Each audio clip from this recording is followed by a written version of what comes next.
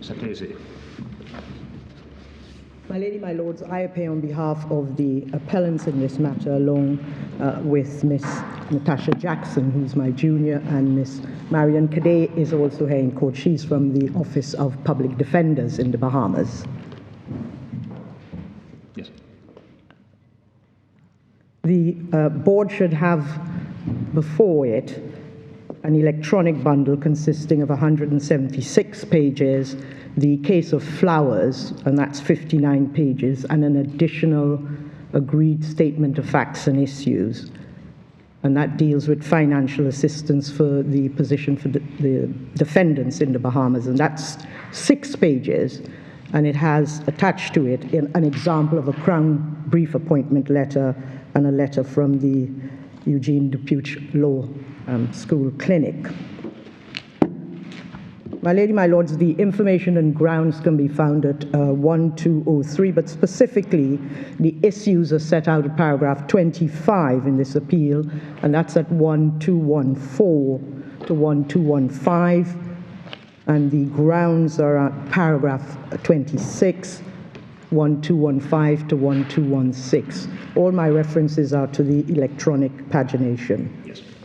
By way of background, simply to note that in granting conditional leave to appeal to this board, the Bahamas Court of Appeal indicated that the court had taken 2 different approaches on the issue of the test on an application for an extension of time in cases for appealing criminal conviction and sentences, and they were of the view that that point is one of public importance that this board ought to resolve, and that's at 967 to 968. My Lady, my Lord, this is not just a case where the appellant disagrees with the Court of Appeal's assessment of the prospect of the merits, although the appellant, of course, say in relation to the grounds complained about, no assessment took place. But this is a case where we say the incorrect test and the incorrect approach was taken in this case, Pierre, and that has repercussions for the settled law, as we say, stated in Williams and followed in the Caribbean authorities such as Liburd and Knowles, indeed, and Williams itself. And we see the evidence of the repercussions in Pierre in the case of Flowers, which you should now have, and that was very recently decided 2.5 months ago. Now we have that separately, do we? Yes, apologies, but it was decided on the 29th of November 2022, 2.5 months ago, and it took some finding electronically online in the library system here. We have that as a separate document. Yes, 59 pages. Now that's a case of an application of time to extend time in a civil matter, but you see the repercussions. Contrary to how the respondents would like to say the appellant's case has been put, that is to say, by defining our case, by narrowing the test we say in Williams, and by placing reliance on the English authorities, just to be clear, the appellant's position is that Williams adopts what we refer to as the 4-factor settled test, the settled guiding principles, and that affords a flexible approach so that the court is able to then conduct a balancing exercise, we say, which best suits the court making a determination on a case-by-case basis. We do rely on Williams to say that the prospect of success is the most important factor, and the point we say is supported by Hamilton, Liburd, and Flowers, which I will take the board to in due course, and the Caribbean authorities. Because Hamilton does say that we say it supports the proposition that the merits and the severity of the sentence are important factors, and we say that's correct. But we're saying no more than Williams is the correct test, and we're not seeking to ask the board to rule on a new test. We say flexibility is essential in each case because each case turns on its own facts. And Pierre goes too far, and we say that's why there's an element of confusion created, as we see in Flowers. This is not a case of an application for an extension of time in the Crown Court in this jurisdiction, where most appellants, almost immediately following conviction and sentence, are afforded legal representation. Counsel immediately advises on the merits of their appeal, and so forth. The lawyers, and we say that is why in the English authorities, the test is tougher. because invariably, if one looks at the authorities, there's reference to the fact that the appellant had an opportunity to avail themselves of counsel, and we say that's not the case here. Additionally, Was it the case in this particular case, or it's not the case generally in the Bahamas? well, I can only say insofar as the agreed additional statement of facts the board has before it, that that's the position in the Bahamas. And if one looks at Hamilton, which I'll take the board to in due course, we say although Hamilton was a 2012 case, the position hasn't moved on very much further from that in the Bahamas. And my lady, you'll note that the Office of Public Defenders was only founded in 2017.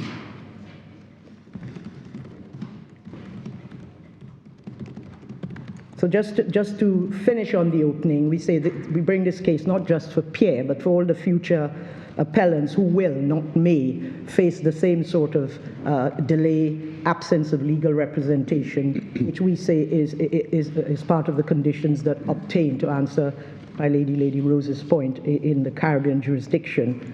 And that's highlighted in paragraphs 5 and 8 of Hamilton, we say. And Sorry, paragraph? 5 and 8 of Hamilton. I'll take, my Lord Jones, I will take the board to this case in paragraph shortly. This is just by way of opening. And those paragraphs at 1434 to 1435.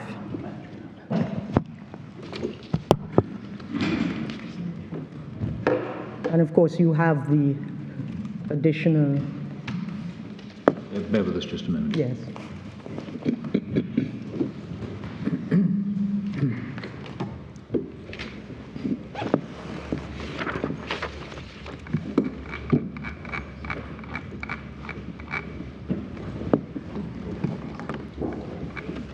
I'm sorry, which page did you want us? 14. Do you want to take us to 14? No, not at this stage. This is by way of opening, Hamilton, simply to 143. refer. I will take the board to that those specific pages in due course. Yes, thank you. I wonder if I can proceed now, my Lady Rose. Yes, thank you. The background facts and procedural chronology are set out and agreed in the agreed SFI. Now that is at 1225.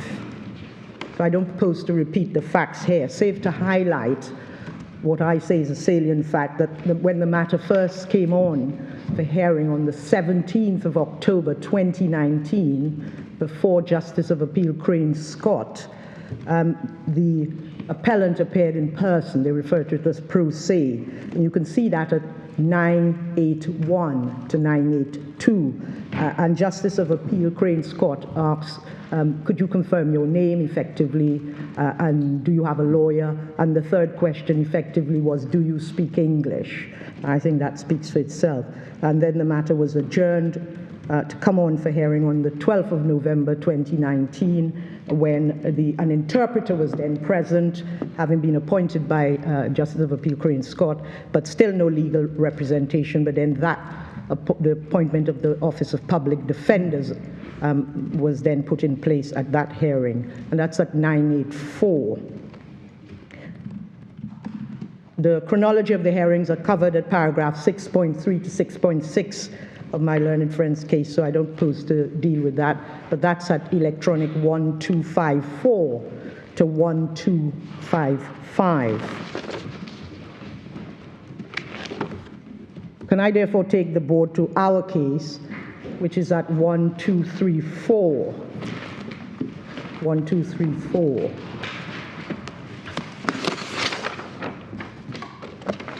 The board already knows that the main ground of appeal effectively is what test should the Court of Appeal have applied when considering the application to extend time to bring an appeal against a criminal conviction and sentence. And secondly, of course, whether the Court of Appeal should have granted.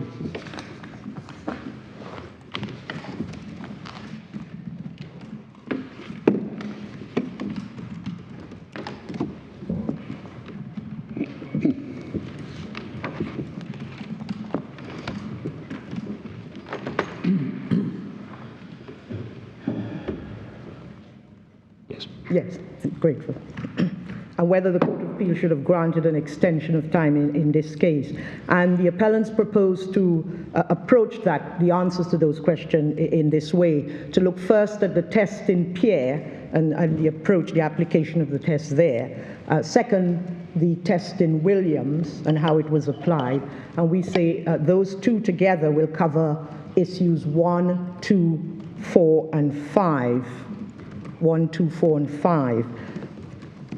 And then to look at the inconsistent approach point by reference to the application of what we say is the settled four-factor test and guiding principles, some cases in the Bahamas itself and the Caribbean, and by reference to flowers, and that will cover issue 3.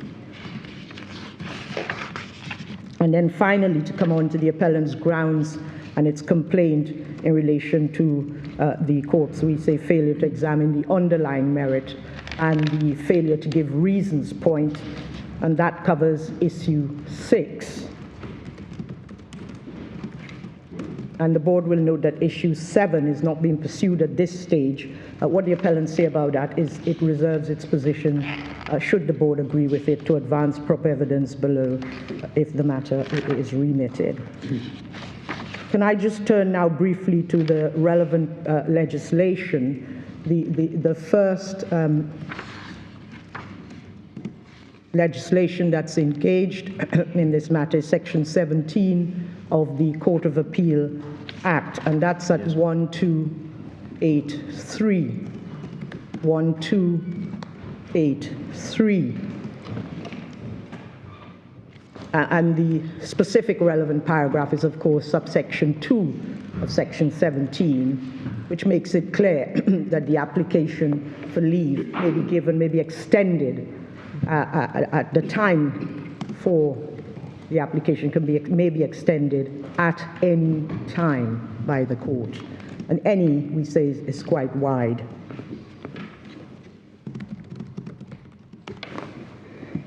The next relevant provision is a few pages on at 1287.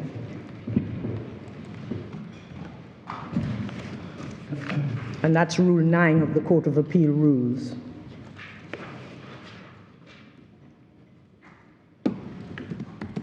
And again, Rule 9 is couched in very broad terms, we say. In particular, if one looks at Sub-Rule 1C, there's a jurisdiction to depart from the rules in any other way where this is required in the interests of justice. And then, of course, Sub-2, Rule 9.2, deals with the fact that the time can be extended even after the expiration of the period. And we say, taken together, those two statutory regimes confer a wide discretion on the courts, which is not prescriptive or restrictive in any way.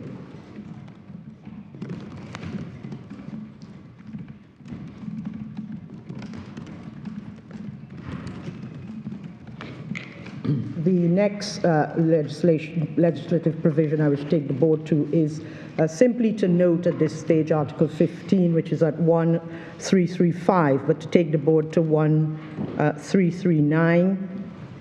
And that simply deals with the Article 20 provisions, 1339. The Article 20 provisions of the Bahamas Constitution, which makes provision for a fair hearing before an independent and impartial court, and particularly at Article 1, Article 20, subsection 2b, dealing with the defendant's right to be informed as soon as reasonably practicable in a language that he understands and in detail of the nature of the offense charged. Now, a point is being made that this was not raised below, and so it's important to take the court to the relevant skeleton argument where we say this was raised, and that's at 319. Bear with us just a moment, if you would, please. Oh, I'm sorry.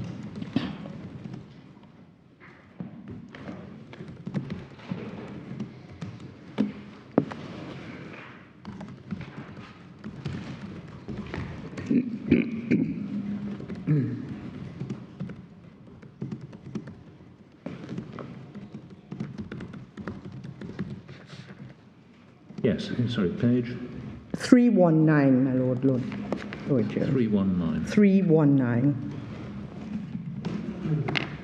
At 319, the board will note that's the first page of that submission is the page before, 318, and it says skeleton arguments and submissions of the appellant. And this one at 319 deals in relation to ground one, the inadmissibility of the confession point and the failure to caution in the language. And you'll see that there's specific reference here to the constitutional rights being breached. And that's the last sentence when one looks at ground one and what's alleged there.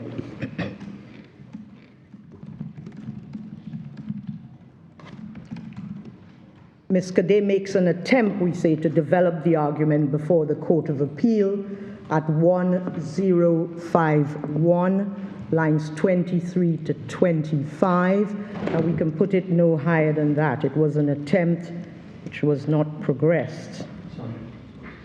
1051. The document that we have at 319. Yes, my Lord.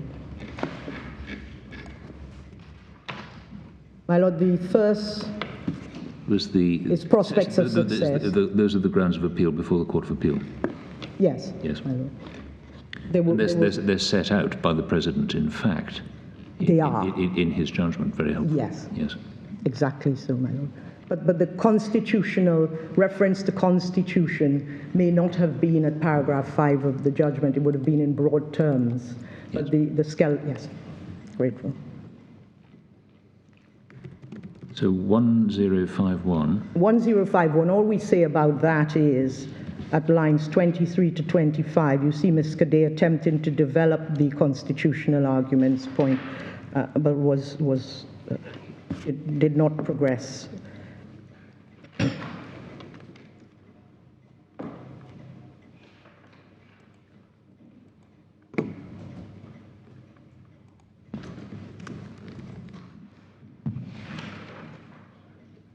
And he was represented on that occasion by Ms. Cadet. That's correct, my Lord.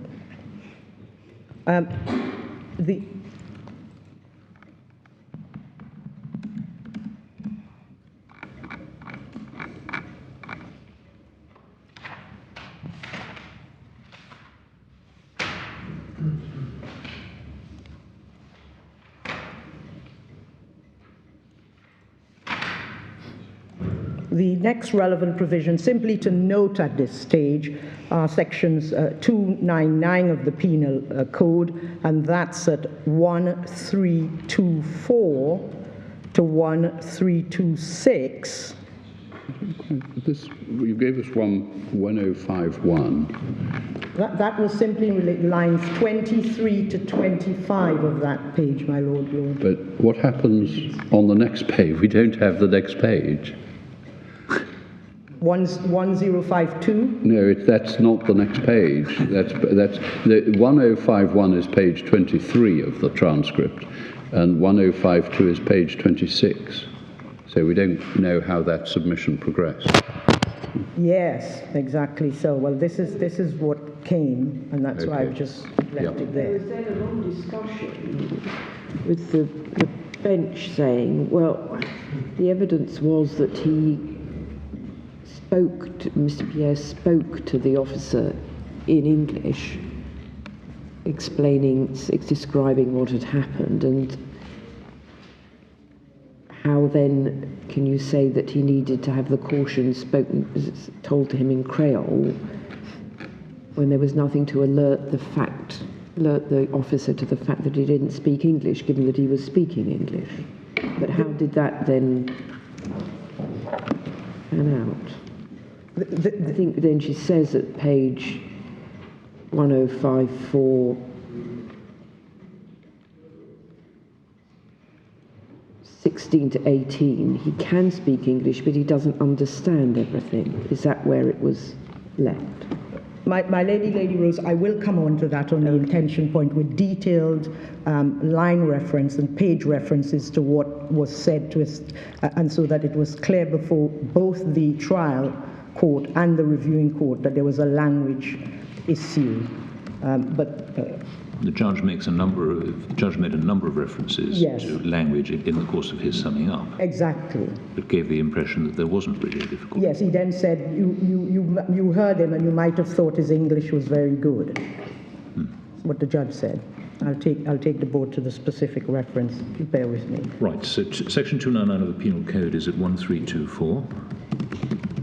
And those provisions basically deal with cases where intentional homicide can be reduced to manslaughter. So if successfully applied, this section can rebut the presumption of intention at sections 12, subsections 1, 2, and 3 of the Penal Code. We'll come to that. There is some reliance placed on that by my learned friend. And simply to note at this stage, the respondent refers to section 12 of the Court of Appeal Act, which is at 1279 to 1280 to note.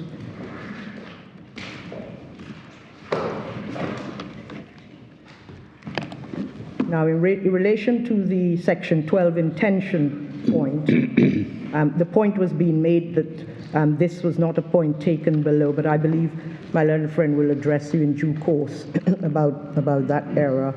But simply for the board to note at 598, This is section 12 of the Penal Code. yeah, section 12 Penal Code, my Lord Jury. 598. No, 598 is not section 12, forgive me. The Penal Code is, section 12 of the Penal Code is at 1279, I think. Sorry, 1279, yeah. That's it, 1279 to 1280. Grateful, my Lord Sales. Well, that's not dealing with the intentional homicide being reduced to manslaughter.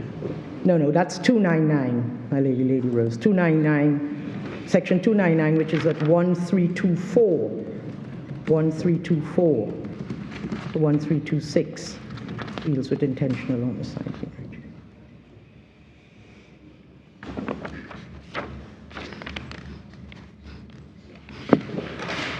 In relation to the point being taken below, at 598, the board will note there are additional supplemental skeleton arguments and submissions, and in particular can take the board to 605. That's where the submissions begin. 605? 605.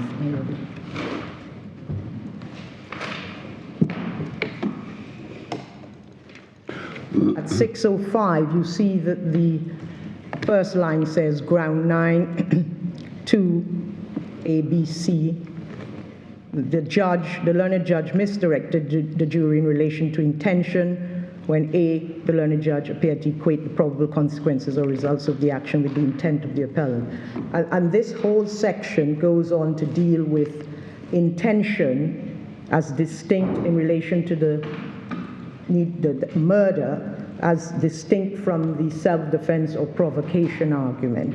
Because later on I'll address the board on the fact that what we say the judge did was address the jury in relation to intention on the provocation. That was put to the jury, but not the question that if he stabbed but did not intend to stab, then murder could have been reduced to manslaughter under these provisions. And you'll see paragraph 16 at 605 deals with sections 12, subsection 3 of the Penal Code. And as one scrolls through the submissions to 606, you'll see that the appellant certainly put this point of intention before the appellate court. Paragraph 20, relying on a case of Mario Pinto, and it goes on. So we say the point was fully put on appeal. But you were relying on section 299 of the Penal Code, is that right? Yes, that's correct. Subsection. Is that referred to here? My Lord Hamblin, I've already taken you to 299. That's at 1324. Was that section 299 relied upon below? Well, it may not have been specifically referred to, so I'd have to check. I do recall seeing section 305, but the point we make in any event is the judge would have been aware and the reviewing court actually ought to be aware if there is a problem with intention. You see, it could not, if the intention point is not established and the reviewing court has not dealt with it, then it follows very difficult to then apply Section 299. Section 299 comes into play if the reviewing court is satisfied on the intention point, and it's we say a logical consequence that it should be applied.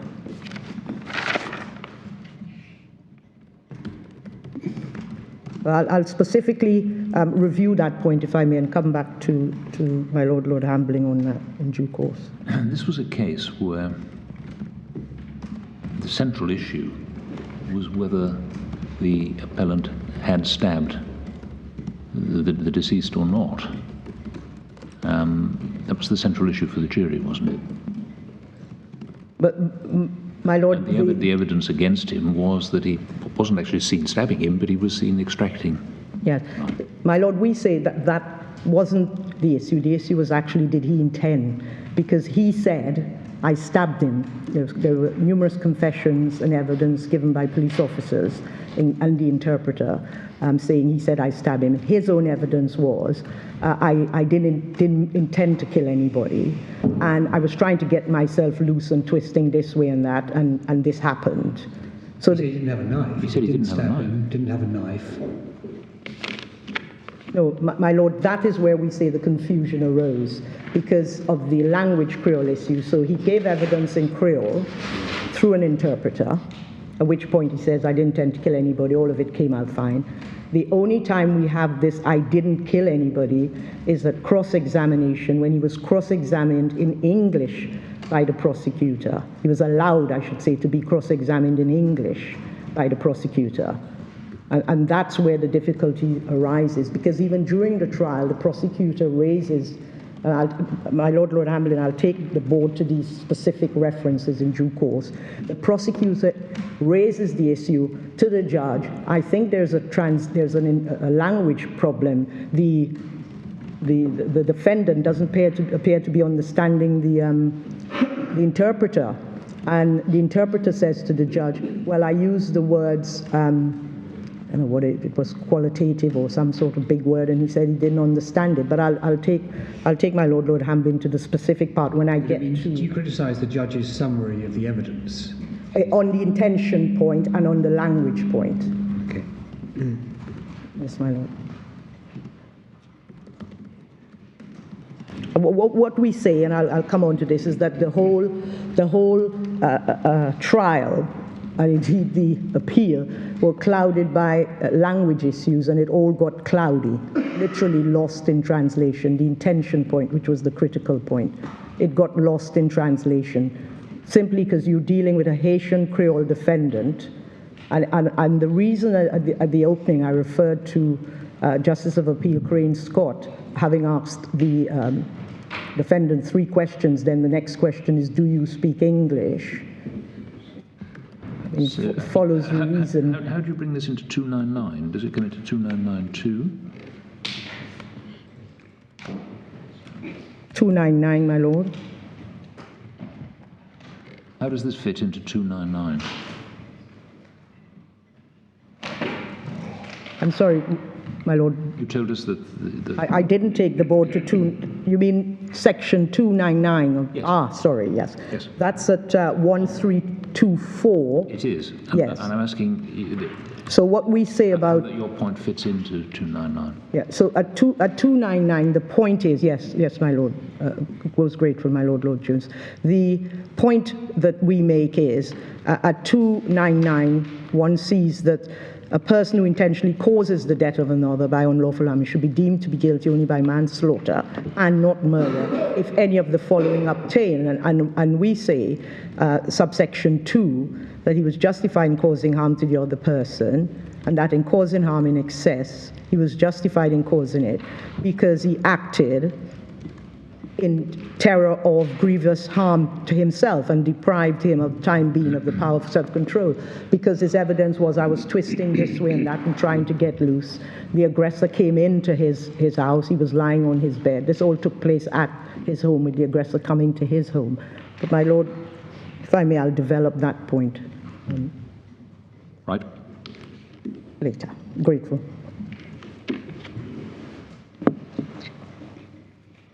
So my lady, my lords, if I could turn to Pierre, and we deal with this at paragraphs 28 to 33, sorry, of our written case, which is at 1243 to 1245.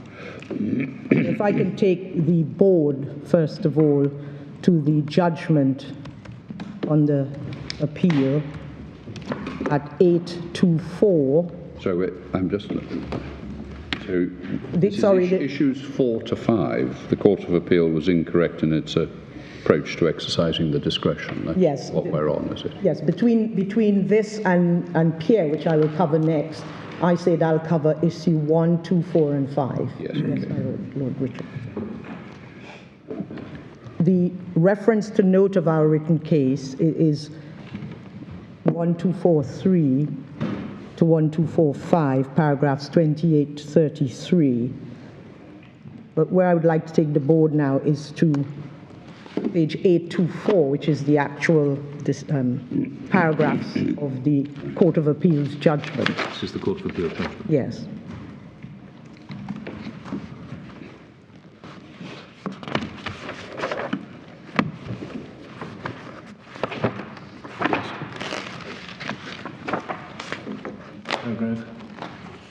Paragraph 26 and 27. Yes. Yes. And my lady, my lord, what the appellants say about these two paragraphs is that there are three propositions of law that can be derived from them.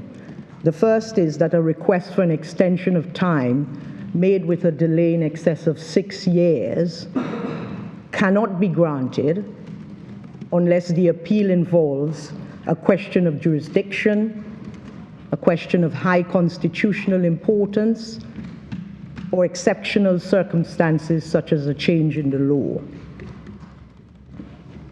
The second proposition we say can be derived from this judgment is that a similar request for an extension of time cannot be granted where the delay is in excess of 6 years unless it can be demonstrated that significant injustice would be caused.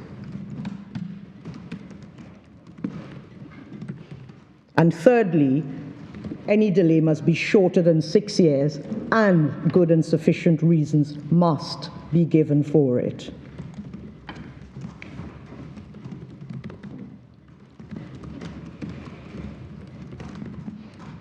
So the third one is unless.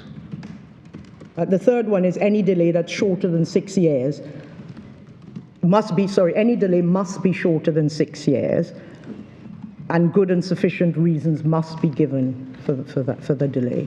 So it's all couched in very mandatory terms, we say.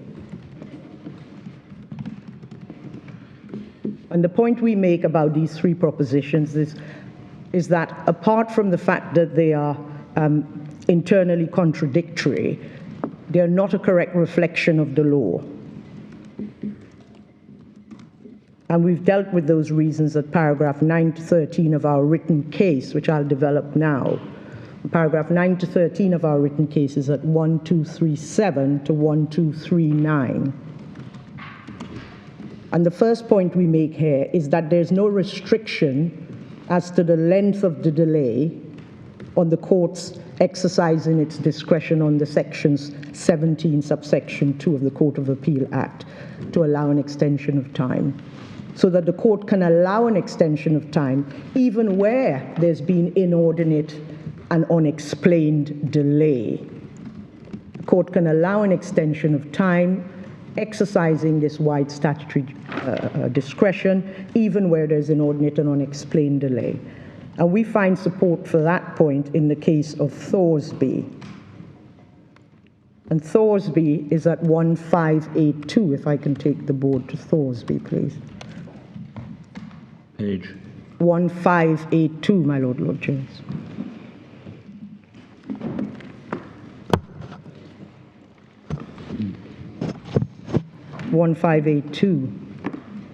Now, this is a Thorsby. provision. This is a decision on different rules. You say they're substantially the same. It's in relation to different rules, but the guiding principles, which I will take the board to, which can be found in the Caribbean authorities, indeed in Williams and Liebert, all originate from this case, believe it or not, Thorsby. And the facts can be taken from the head note at 1582, but the specific paragraph I wish to refer the board to is at paragraph 13. Page? And that's 1588. And this is in relation to analogous provisions in this jurisdiction on, it's a 1968 Act on Criminal Procedure rules. Does that differ materially from the rule with which we're concerned? It doesn't, my Lord Jones, and that's the reason why it's been referred to, and indeed it's referred to in the Caribbean authorities. And in this case, and the specific line is 1, 2, 3 lines in, sentence starting neither the 1960 Act. You see, limit the discretion of court on the issue of the application of the test for an extension of time, we say. And more importantly, at E, which is the specific section, last, third sentence before the last, it starts 1, 2, 3, 4, 5, 6 lines from the bottom, where there is no good reason why a defendant should not have complied with the well-known time limits, this court will be unlikely to grant an extension of time unless unless injustice would be causing consequence. Accordingly, this is the qualification, the court will examine the merits of the underlying grounds before the decision is made whether to grant an extension of time. And I'll come back to that last sentence about the judgment is judicial and not merely administrative. But the point we say we take from here is that there is no limit. What the court is going to look at, even if there's no good reason, that's what it says here, the court will still look at whether it's in the interest of justice, examine the underlying question of whether injustice would be caused. So there's no close off on a 6-year limit. The other case in which we find support for that point of that the court would extend time even where the delay is inordinate and unexplained is the case of King. And King is at the head note is at 1528. 1528.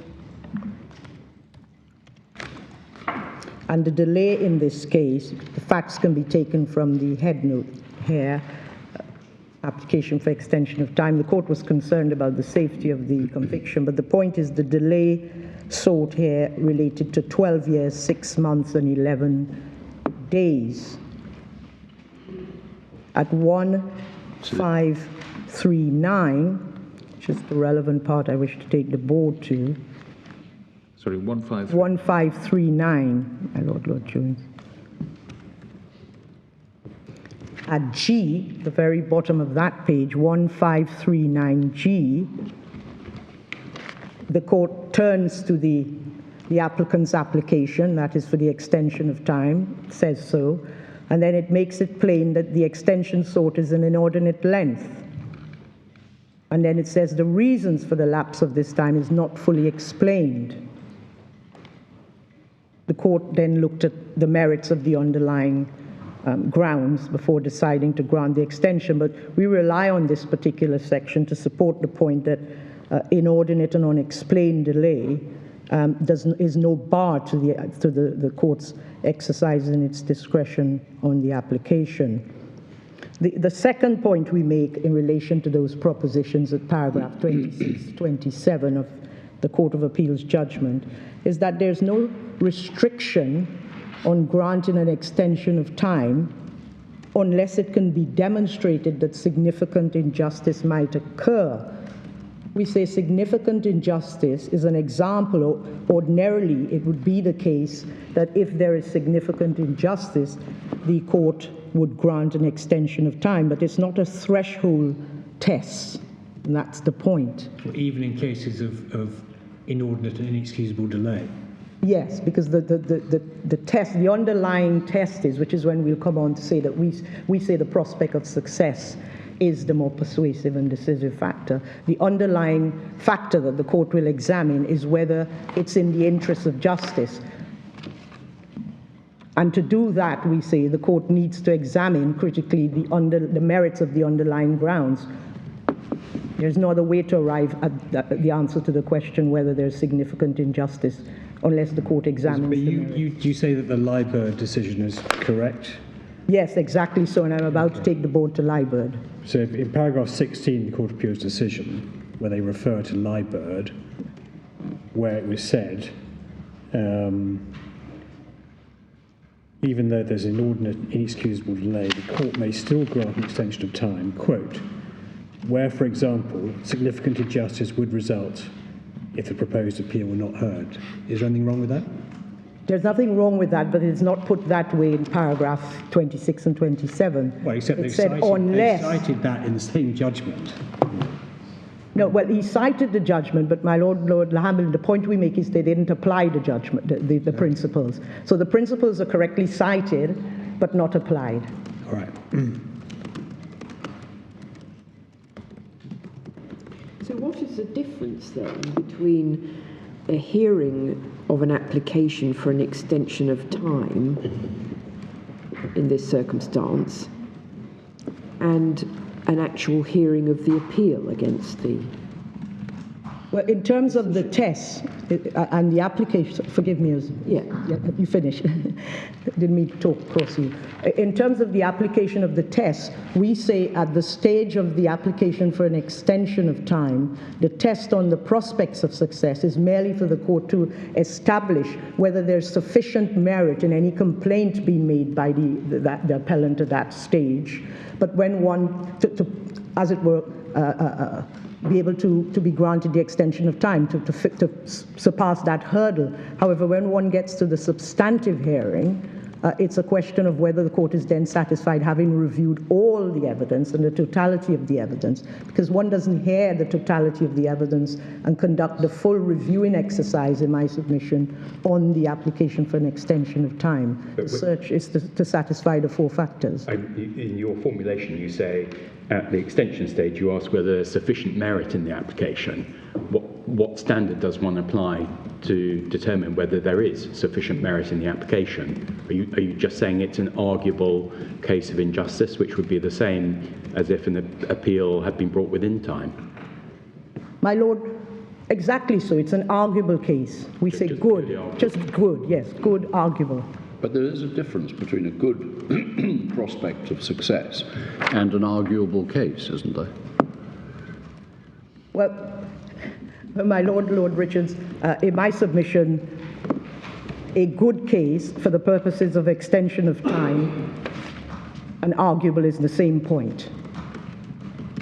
So your case is that there's no real difference between the court's assessment of the application when the appeal is brought within time and when it's brought 6 years out of time.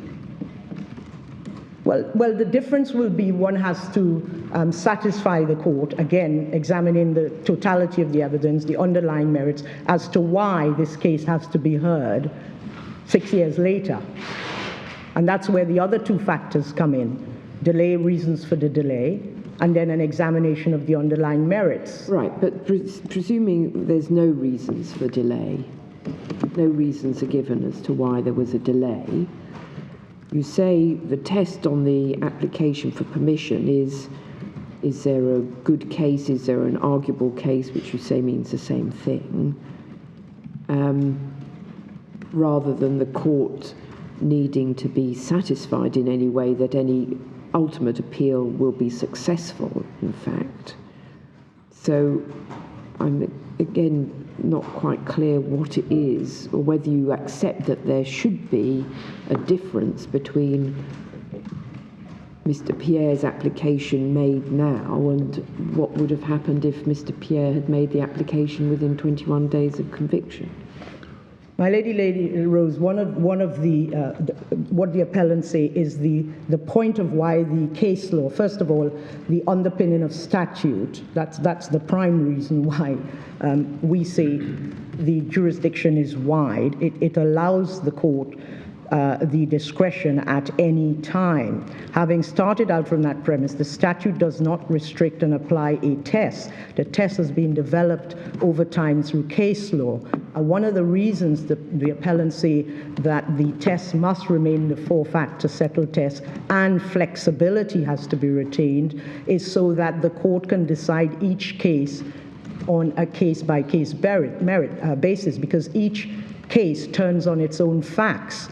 But as paragraph 26 and 27 of Pierre is framed, the appellant won't be able to obtain an extension of time, first of all, if the delay is in excess of 6 years, and secondly, if it doesn't involve questions of law, and the case law has not been developed in that way.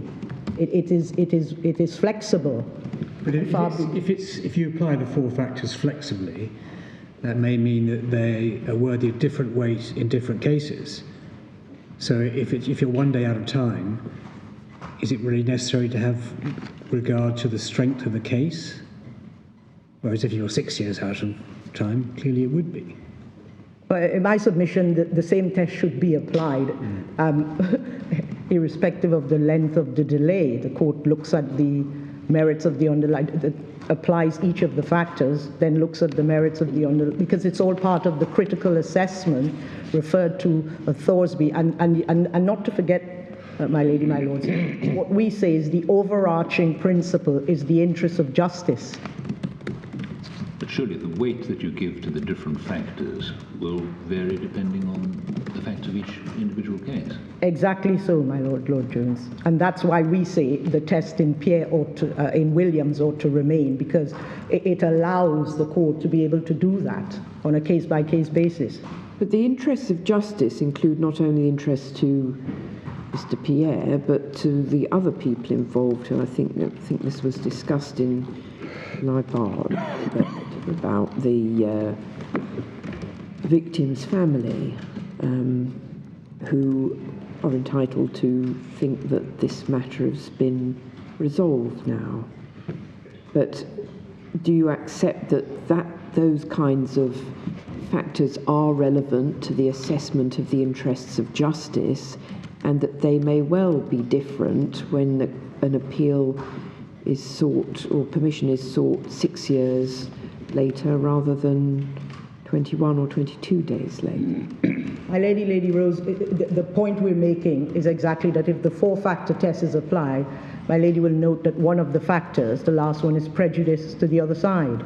And under that limb, we say all of those matters are taken into account. And indeed, I can't say Thorsby is authority for that proposition as well, that the state, prejudice to the other side, the administration of justice, all those factors are cited in all of the cases.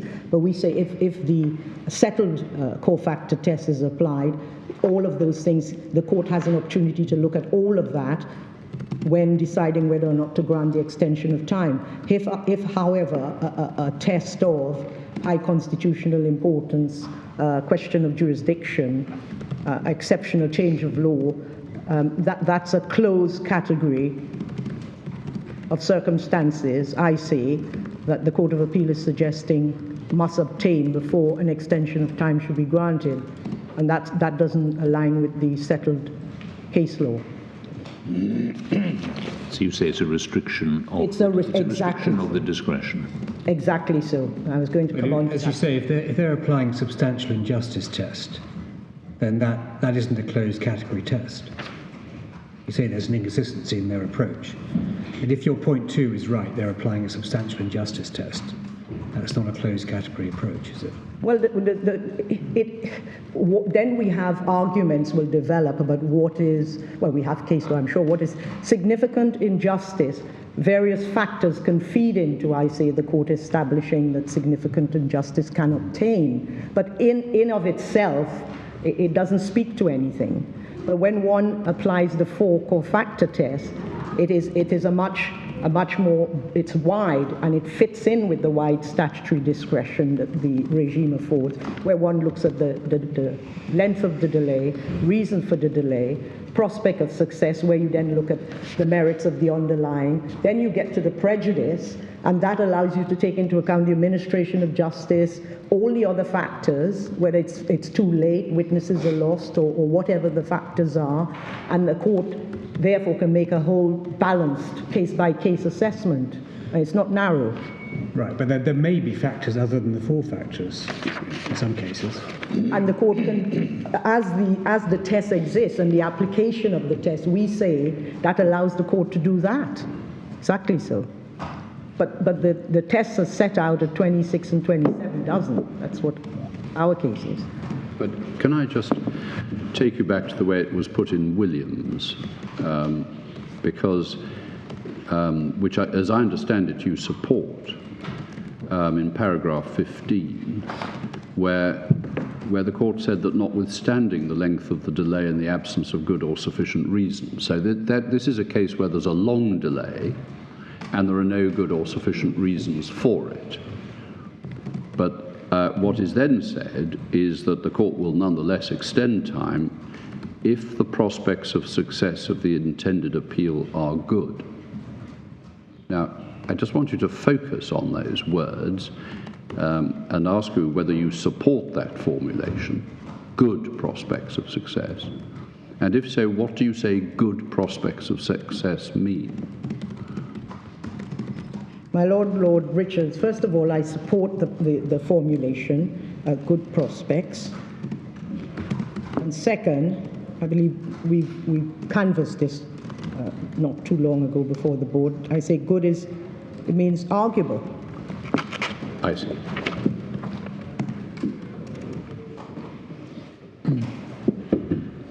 Just as a matter of language, I would have thought that good is something better than arguable. And you say it's to be equated with just arguable. I say arguable. All right. I couldn't find.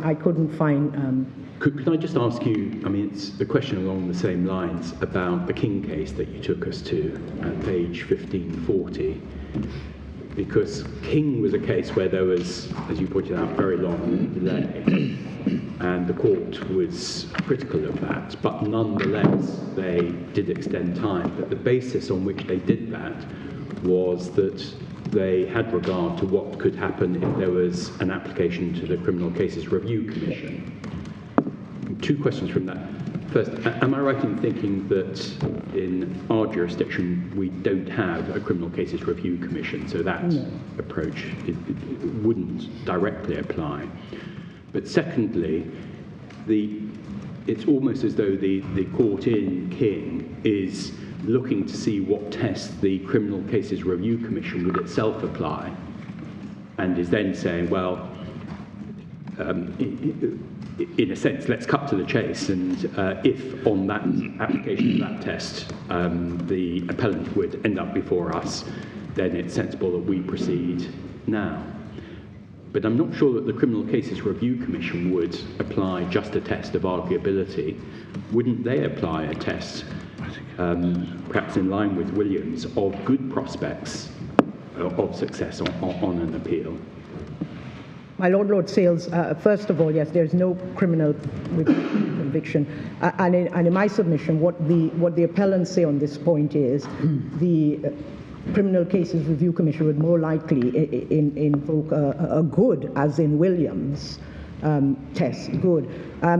It seems if one looks at C on 15440, I appreciate that this case can be distinguished on the basis that they said let's cut to the chase, because in any event it would have found its way to the Criminal Cases Review Commission. But the search was always at C for the question of injustice.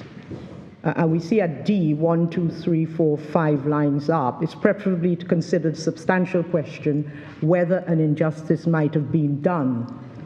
And is injustice because the cases are also so varied in circumstances in which the application for an extension of time has both been granted and refused. Right, but I mean, there the court is referring to the special and unusual facts of the particular case.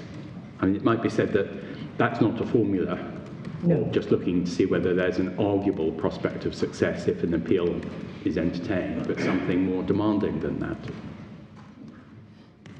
My Lord Sales, what the appellant's position is in relation to that is that if the facts before the court suggest that something went very wrong at trial, whereas in this case a language issue or a misunderstanding caused by the language irregularities as to the intention point, whether, yes, I stabbed him, but I didn't mean to, or I said I didn't stab him, we say a reviewing court ought to consider that as a possible injustice which needs to be looked at carefully by reviewing and interrogating the trial transcripts and the judges summing up.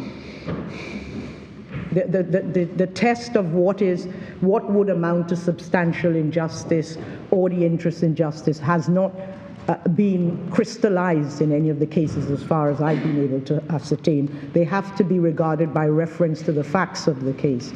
And each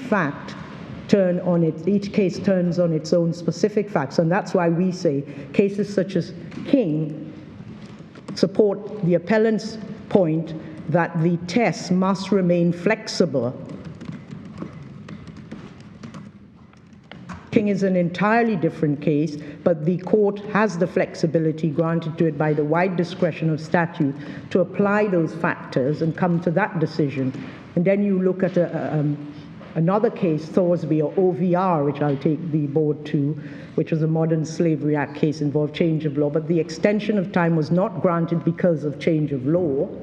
Indeed, that's precluded, but because there was fresh evidence to be brought in. But all the current test, the appellant's position in all of this is that current test as formulated allows the court to exercise a wide and unfettered discretion in how it regards what factors it considers goes to the question of substantial injustice or in the interest of justice to grant the extension. I don't think I can put it any higher than that. So it would be wrong in any case to say, given a particular circumstance, an extension will or will not be granted in all cases. It must depend on each case. Is that right? What I say is the court must look at the facts of each case. Yes. And the problem with paragraphs, or the complaint about paragraphs 26 and 27 of this judgment is it narrows those facts by specifying. That's exactly the problem. If you had to apply that test to this, okay, I accept. But are you saying that Williams doesn't specify? No, it doesn't. It just say if there is good prospect. It doesn't say what follows if you find good prospect. It says leaves it open to... I'll just...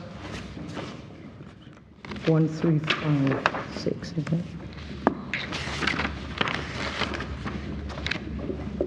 Paragraph 15, isn't it?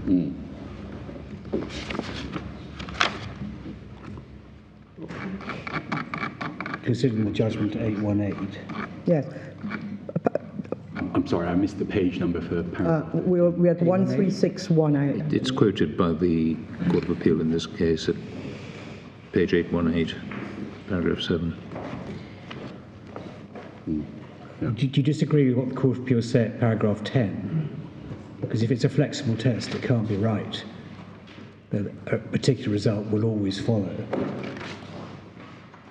What the Court of Appeal says, of course, yes, the appellant's position absolutely disagree with, because it's saying, I don't think the Williams, the court meant, no matter how long the delay and the absence of an excuse, we would grant an extension of time if the prospects on the merits are good. In fact, this is the opposite of what Williams is saying at paragraph 11. Sorry, let's just... Paragraph 10 here, at 818, is the opposite of what the Court of Appeal is saying in Williams, the paragraph 14. So you're saying Williams is prescribing that even in a case of inordinate and inexcusable delay, you will get an extension if you show good prospects. You're saying that isn't a flexible approach.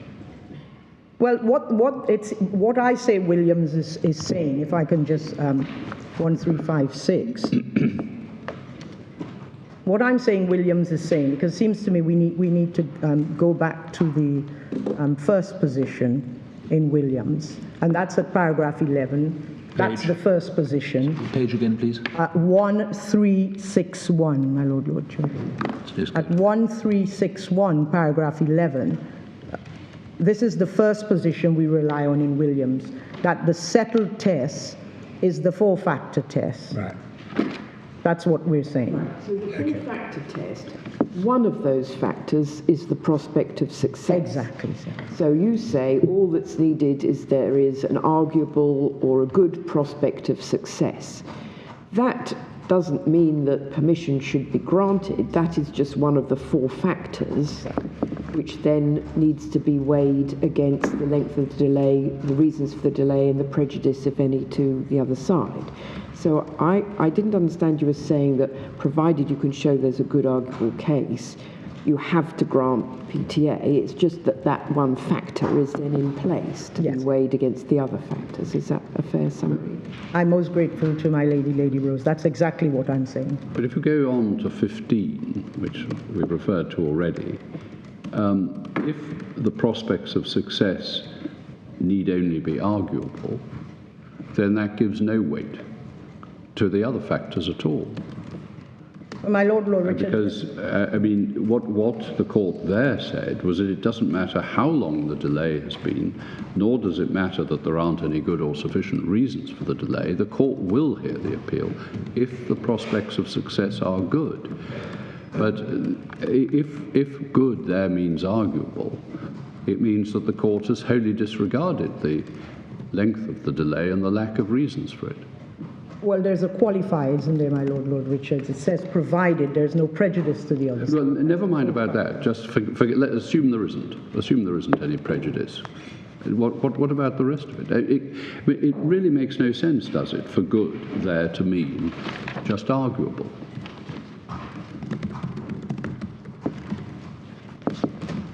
My Lord, the extension of time was refused in this particular Yes, it was, case but this because was of this lack of strength. Exactly. Yes. Exactly. So our position is the test works. Okay. Thank you.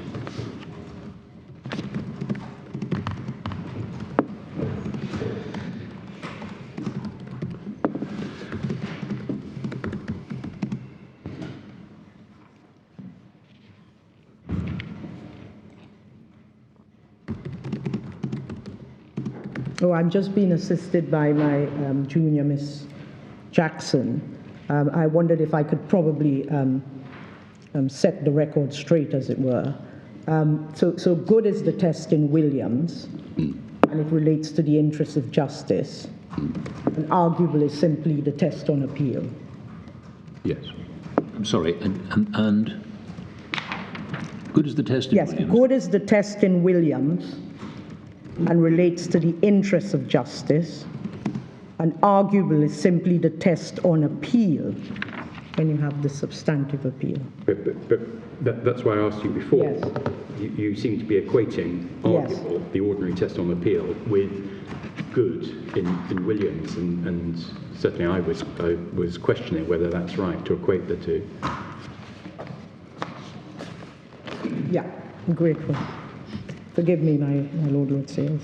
I hope that clarifies that now. Well, no, sorry, it hasn't clarified it for me, because when I asked you my question, I understood you to be saying that when the formulation of good is used in Williams, that was equivalent to arguable, which is the test on appeal. That's what I understood you to be saying. Yes. Are you saying good means something different from arguable, or is the same as arguable? We're saying good relates to the interests of justice. That's the test that was set out in William. Right. We say good relates to the interests of justice, and arguable is the test on appeal. Yes, but what's the difference in substance between those two tests? I understand they apply in different contexts, but Well, the threshold may well be lower for the arguable. good, for the good. Sorry, good is less than arguable. Is that what you're saying? Say that. 1 minute. Yes, of course. Yeah.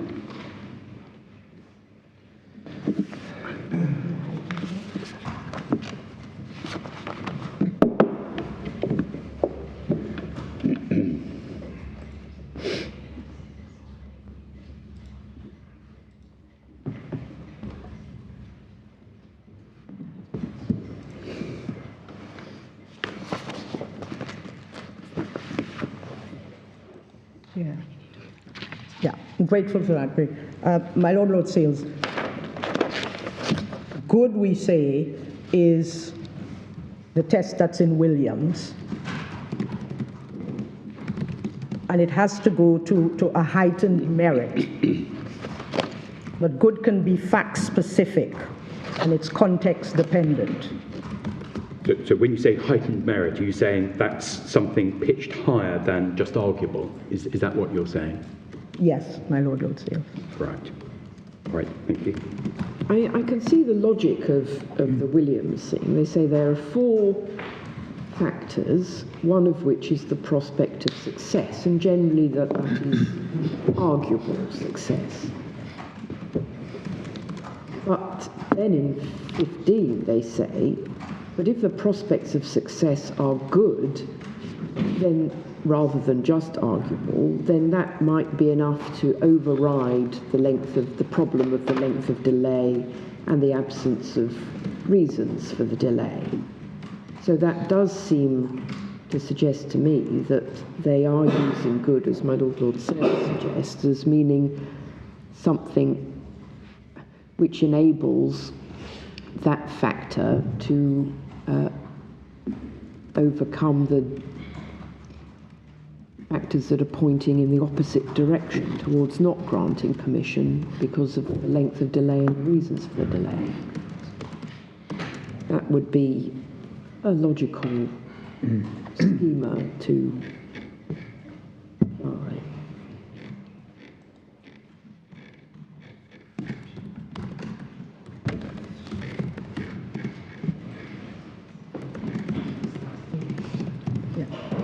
My Lady Rose, I'm in agreement with what's said. Obviously, if you reach good, you sort of just over the line, but it's fact specific.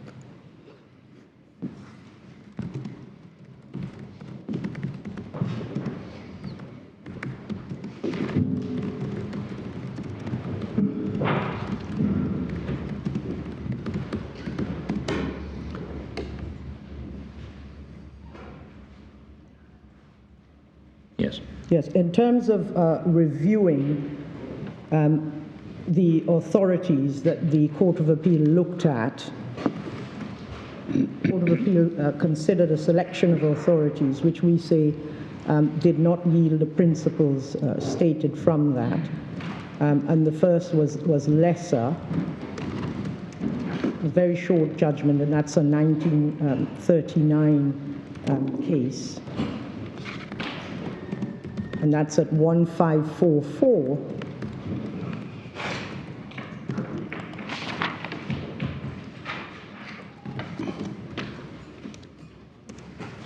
And the facts can be taken from the head note there.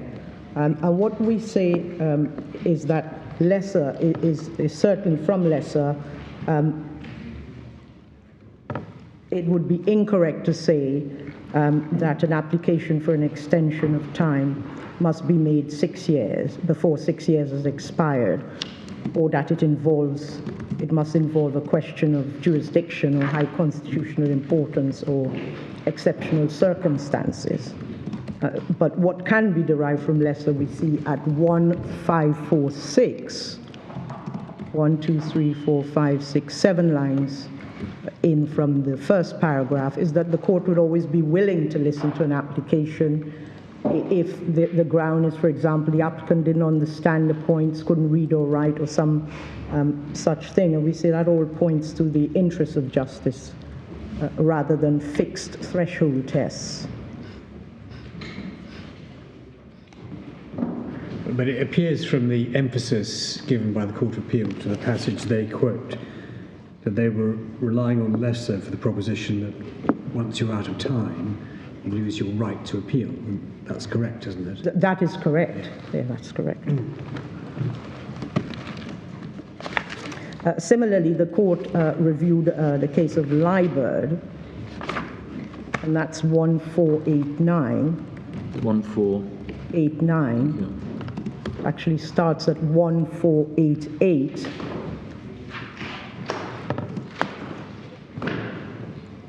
And it's a appeal from Anguilla to the Eastern Caribbean Court of Appeal. We say Liebert does not sustain the approach taken by the Court of Appeal in this case, because Liebert emphasizes flexibility. So the facts are at 1488, but the first point to be made is at paragraph 3 of Liebert. What we call settled test is set out, and this is being applied in the Caribbean context. Doesn't mention the prejudice, but that's we say one of the factors in any event. This is set out At paragraph 3 at 1489, my lord. You would endorse that as an approach? Yeah, as the test. Yes. I don't know. But then reference is made to Liebert in Pierre, but importantly, the last sentence of paragraph 3 here at 1489, the court was pointing to the need not to be inflexible or unyielding, even if there's a duty to hold the applicant to strict compliance. And we say that is right. The approach has to be flexible. Yeah, but if you read on paragraph 4, the court is explaining that certainty is important in Yes. criminal justice as in other areas as well, and that if you miss the time within which you can seek to appeal, then the onus on you becomes stronger to overcome what are general reasons in favour of preserving the certainty of the outcome at first instance. Yes, and if one reads on paragraph 9, 1491, But just do you disagree with anything in paragraph 4?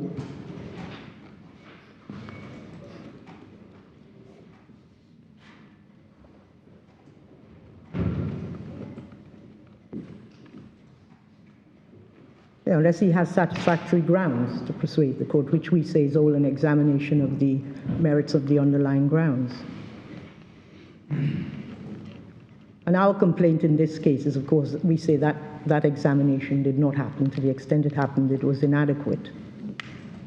And that's the point being made.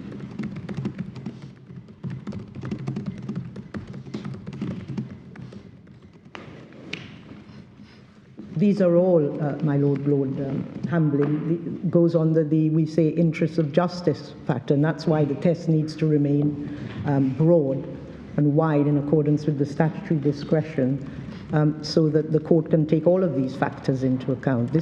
All of this is the approach to the test. So we have the test and which are fact specific, and this is the approach the court will often take, and they have the discretion to include all of these matters at paragraph 4, which my Lady Rose also alluded to. All of these. So do you say that the interests of justice?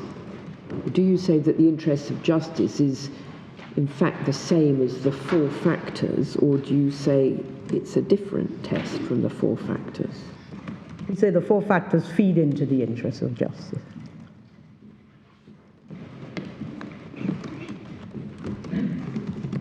If I've understood you correctly, in answer to Lord Hamlin's question, you don't disagree with the way it's put in paragraph 4. Yeah. Have I understood you correctly? That's right, my Lord Rhodes.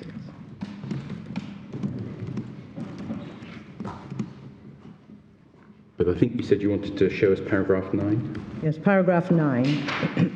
Again, this is referred to in paragraph 26 and 27 to the extent it says does not follow from the conclusion that the application would be automatically dismissed, because in an appropriate case, and that's the important word, again, that allows for the flexibility, and extension would be granted even if there's an ordinate and unexplained delay. In that case, and that cites as a reference King. And then we say this is where the significant injustice is given as an example, where, for example, significant injustice would result, then the court would grant the extension of time. And consideration of whether or not would be unjust, again, assessing the injustice is by reference to the merits.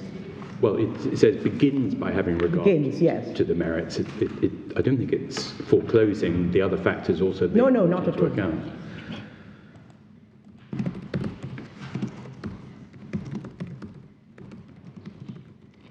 And it goes on to say that effectively the court will form a preliminary view of the merits, will assess them on that basis. And you say it's enough that it assesses them as arguable. My Lord Richards, what I understood the last sentence to be saying is to enable the court to form a preliminary view that a draft of the notice of appeal should be. Because that's what the court will do. It will form a preliminary view at this stage. But you say it's enough, forming that preliminary view, that it considers that they're arguable. Well, the court, having considered the preliminary review, have to make an assessment on whether it is good. Sorry, no, I think that is the preliminary review, isn't it? That it's good, according to. Well, whatever. It comes back to what I think. It comes back to this really very important point as to what the standard is. And as I understand your case, you're saying it's enough that the merits are arguable, the merits of the appeal. No, my Lord Richard, I had corrected that and made the point that good is the test in Williams, and that relates to the interests of justice, and arguably simply the test on appeal. I see. Yes, I had understood when I was asking you my questions that you differentiated between the two and said that good is a higher standard than just arguable. That's what I understood. Good has to go to a heightened merit, but good can be fact specific. Yes. Oh, yes. And it's context dependent. But it needs to get to good in order to overcome the factors which point in the opposite direction, which are the inordinate delay and the lack of reasons for the delay. Yes, my lady. Yeah.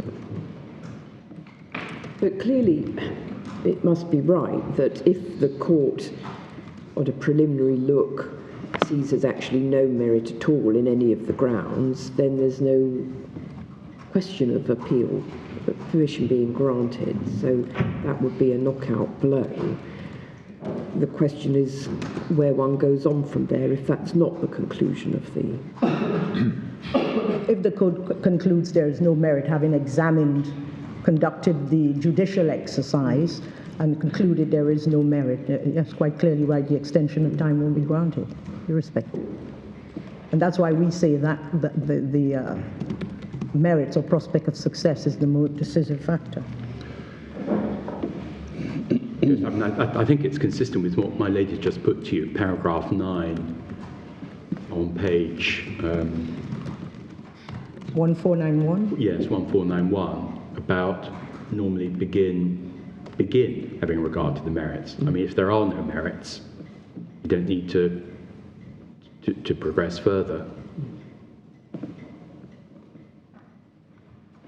Is that not right? I mean, so if you can look at the merits and whatever the test is that you're inviting us to apply on the merits, that's not established.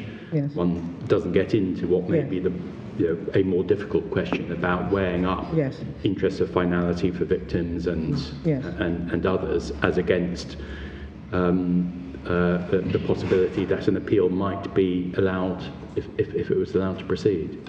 Yes, that's correct. So again, is there anything you disagree with in paragraph 9? Do you agree with that?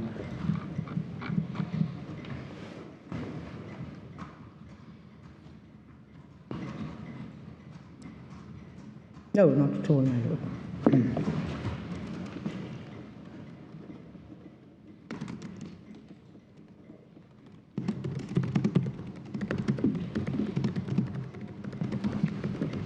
So we say the decision in Liebert doesn't close off the possibility, having regard to the discussion we've just had, that the merits can tip the discretionary scales under these circumstances. But we say the position in making the determination, the court will always consider the merits of the underlying grounds because each case turns on its own facts. Now, the Court of Appeal also looked at the case of Sadatha Ali. That's at 1621.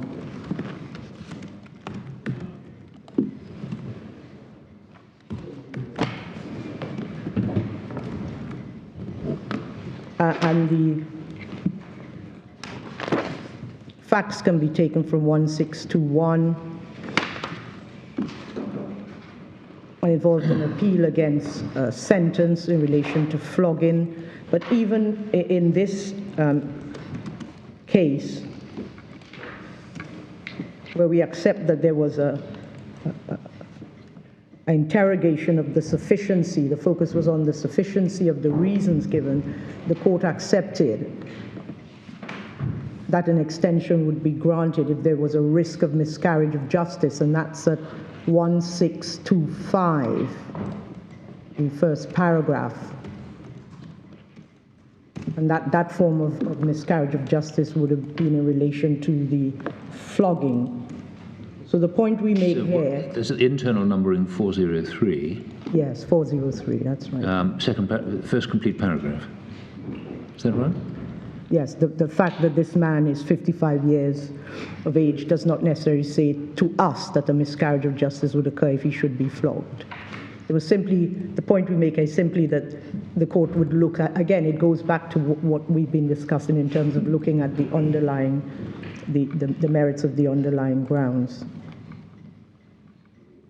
So there's no barrier to an extension where consideration of the underlying merits expose a risk of justice, or a significant injustice or substantial injustice for that matter. In all these cases, all we say, the point here is it's necessary for the court to undertake an examination of the merits of the underlying grounds. And we say that didn't happen in this case, and to the extent it did, it was inadequate. But it also demonstrates the flexibility of the test the courts have evolved on application for extension of time, so that the wide variety of facts coming before the court, the structure, the framework of both the case law and the statutory regime are flexible and unfettered enough for the court to deal with all the various circumstances when deciding whether to grant or refuse an extension of time.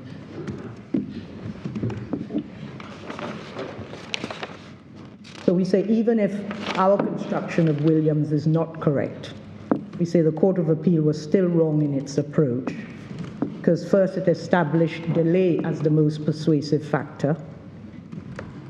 First, because? It established delay as the most persuasive factor, decisive and persuasive factor. Second, it established various threshold tests not supported by the authorities. And then in doing so, it fettered... Sorry, just one minute. So your second point is? That it established various threshold tests. You mean the categories? The categories, yes. Of, grateful my Lady Rose, of jurisdiction, high constitutional importance, and so forth. And we say in so doing, it fettered its own discretion. And impeded the court's ability to approach the case on a case-by-case basis, according to the particular facts of the case. And finally, we say it failed to attach the weight it ought to have attached to the examination of the merits of the underlying grounds of the appellant's appeal.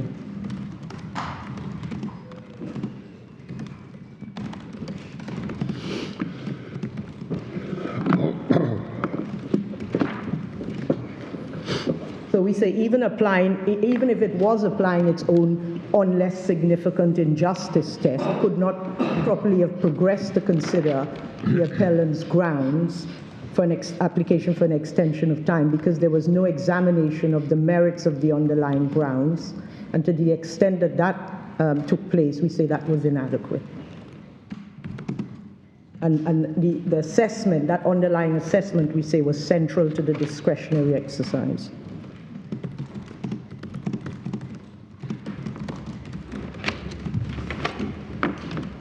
So you say a serious injustice test requires a look at the underlying merit. Yes. But I mean, here the Court of Appeal did examine the underlying merits, didn't they? Paragraphs 19 following. Paragraph 19, the Court of Appeal specifically says the court can have regard to the issues raised by the appeal, and then it goes on to look at the underlying merits. Well, what the appellants say about this is at paragraph 20, we see the Court of Appeal applying the tests it had set out at paragraphs 26 and 27, because it prefaces the examination of the underlying grounds by saying the grounds of this appeal involve no important questions of law or of jurisdiction. Where's that? That's the first sentence of para 20 at 821. But they didn't stop there. No, say, no, and we don't need to go further. So paragraphs 21 following, they look at the prospects of success in the case, even though it's not a case giving rise to important questions of law or of jurisdiction. Well, what we say here is they dealt with the first ground, saying he wasn't cautioned in Creole at paragraph 21. And they say the transcript reveals that he understood English. We say that's incorrect when we come on to prospect. And then there was reference to the ground in relation to the allegation against counsel's conduct of the trial. And then we say that was it. And there were 9 grounds. Well, they go on in 22, did they? Well, 22, yes, forgive me. Well, I mean, if you read the first paragraph, sentence of 22, what's happened is, I think, they've looked at the various grounds. They think nothing's in any of them except possibly this one. So they're going to look at this one. Now, what you're right to say, that they haven't actually set out their reasons in respect of any of the other grounds, but this was an application for an extension of time. So they would appear, I mean, they couldn't say, could they, the only issue that has any prospect of success, they couldn't say that without having looked at the other grounds and thought, well, there's nothing in them. Well, the appellant's complaint is simply we don't know what they did because they didn't refer at all to four or so of the grounds, and no reasons were given. But you'd have to, wouldn't you, persuade us there was something in those other grounds? Well, I'll come on to that on the Right. intention point, which is the main point, and deal with the language issue. I'm grateful. Well, they've addressed the language issue, haven't they? Well, in paragraph 21. yes, my Lord, Lord Richards, the appellant's position is it's not sufficiently dealt with. It's brushed out when the entire transcript, both at trial and before the actual, if one reads the Court of Appeal, the President of the Court of Appeal, Barnett, actually says we have a language issue here, whether we like it or not. So it's quite clear, and I did preface in the opening that Justice of Appeal Crane Scott said, first after speaking to the appellant, 3 sentences, do you speak English?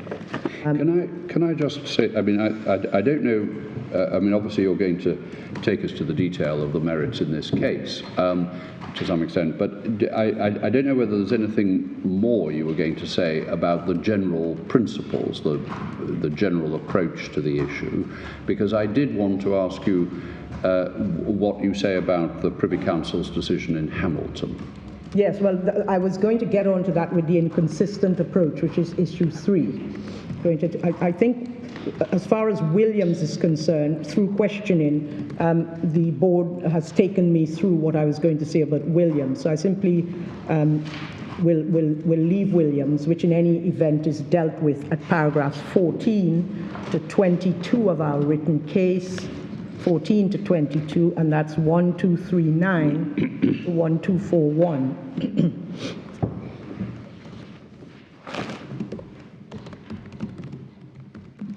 Now, dealing with the inconsistencies, the board has already noted, and already the points have been discussed about the differences, well, the appellancy, the difference and clear irreconcilable approach in the statements made between, in the case of Pierre, at paragraphs 26 and 27, and paragraphs 11 and 14 of Williams. And we say that those two approaches can't be squared for this particular reasons. We're on to Hamilton now. No, I'm not yet on Hamilton, just one, if my Lady Rose bears with me. And the reason we say it can't be squared is the merits is excluded as a potentially decisive factor. And we find support also for the fact that the delay was elevated to a persuasive factor in the case of Flowers. If I can just briefly take the board to Flowers, because this is important. Flowers was decided on the 29th of November 2022, so some 2.5 months ago. And as I say, apologies for it being late, but to be able to locate it electronically here took some doing. And this is an application for an extension of time in the civil jurisdiction, and the facts can be taken from the second page or so of the case. The judgment is being delivered by Justice of Appeal Evans, who was one of the justices in the appeal in this case. And he gives the judgment, and at paragraph 10, he deals with the question of the wide discretion. So we say this supports our point that in the Caribbean, section 17, subsection 2 of the Court of Appeal Act and Rule 9 are materially interpreted in the same way we do in this jurisdiction, that it is unfettered and wide and unrestricted. Then by reference to the case of Sands, he sets out the 4 factors there, which he's to apply on this application.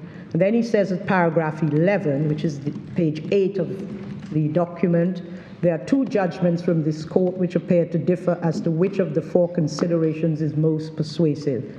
So it seems to me that speaks for itself. He then goes on to say at paragraph 13, trying to, we say this is the Court of Appeal differently constituted, although Justice of Appeal Evans did sit on Pierre, trying to deal with the damage that Pierre has caused to the settled 4-factor test, an approach that's been taken so far. And he says he understood President Barnett to really be talking about significant injustice. In other words, let's forget all about the jurisdiction and high constitutional points. Didn't really mean that. Because, and this is important, it could never be right or proper to deny an appeal that may expose an injustice which may have had the effect of producing an altogether wrong decision and allow it to stand merely due to the time that has elapsed. And this is what this appeal really is about, to ensure that the Williams test is affirmed and that the court retains its flexibility. And at paragraph 14, he says, despite the different views of which of the 4 factors are important, the Rule 9 confers a wide and extreme discretion, and he refers at paragraph 15 to Rule 9(1)(c). So we say there is a recognition in this judgment that Pierre has gone too far.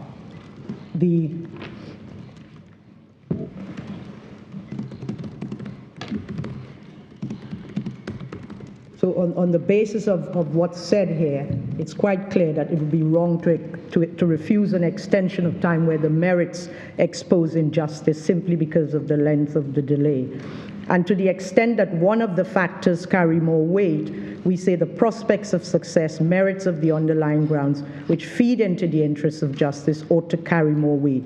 And this point is supported by the case of Hamilton. Hamilton is at 1437.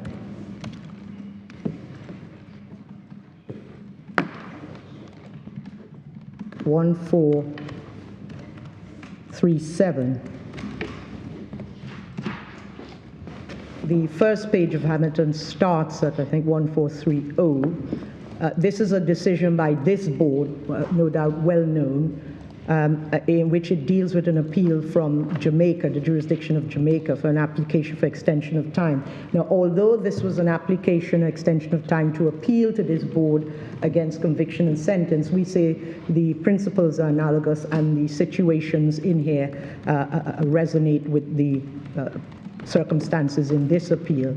So the facts can be taken from 1430 electronic,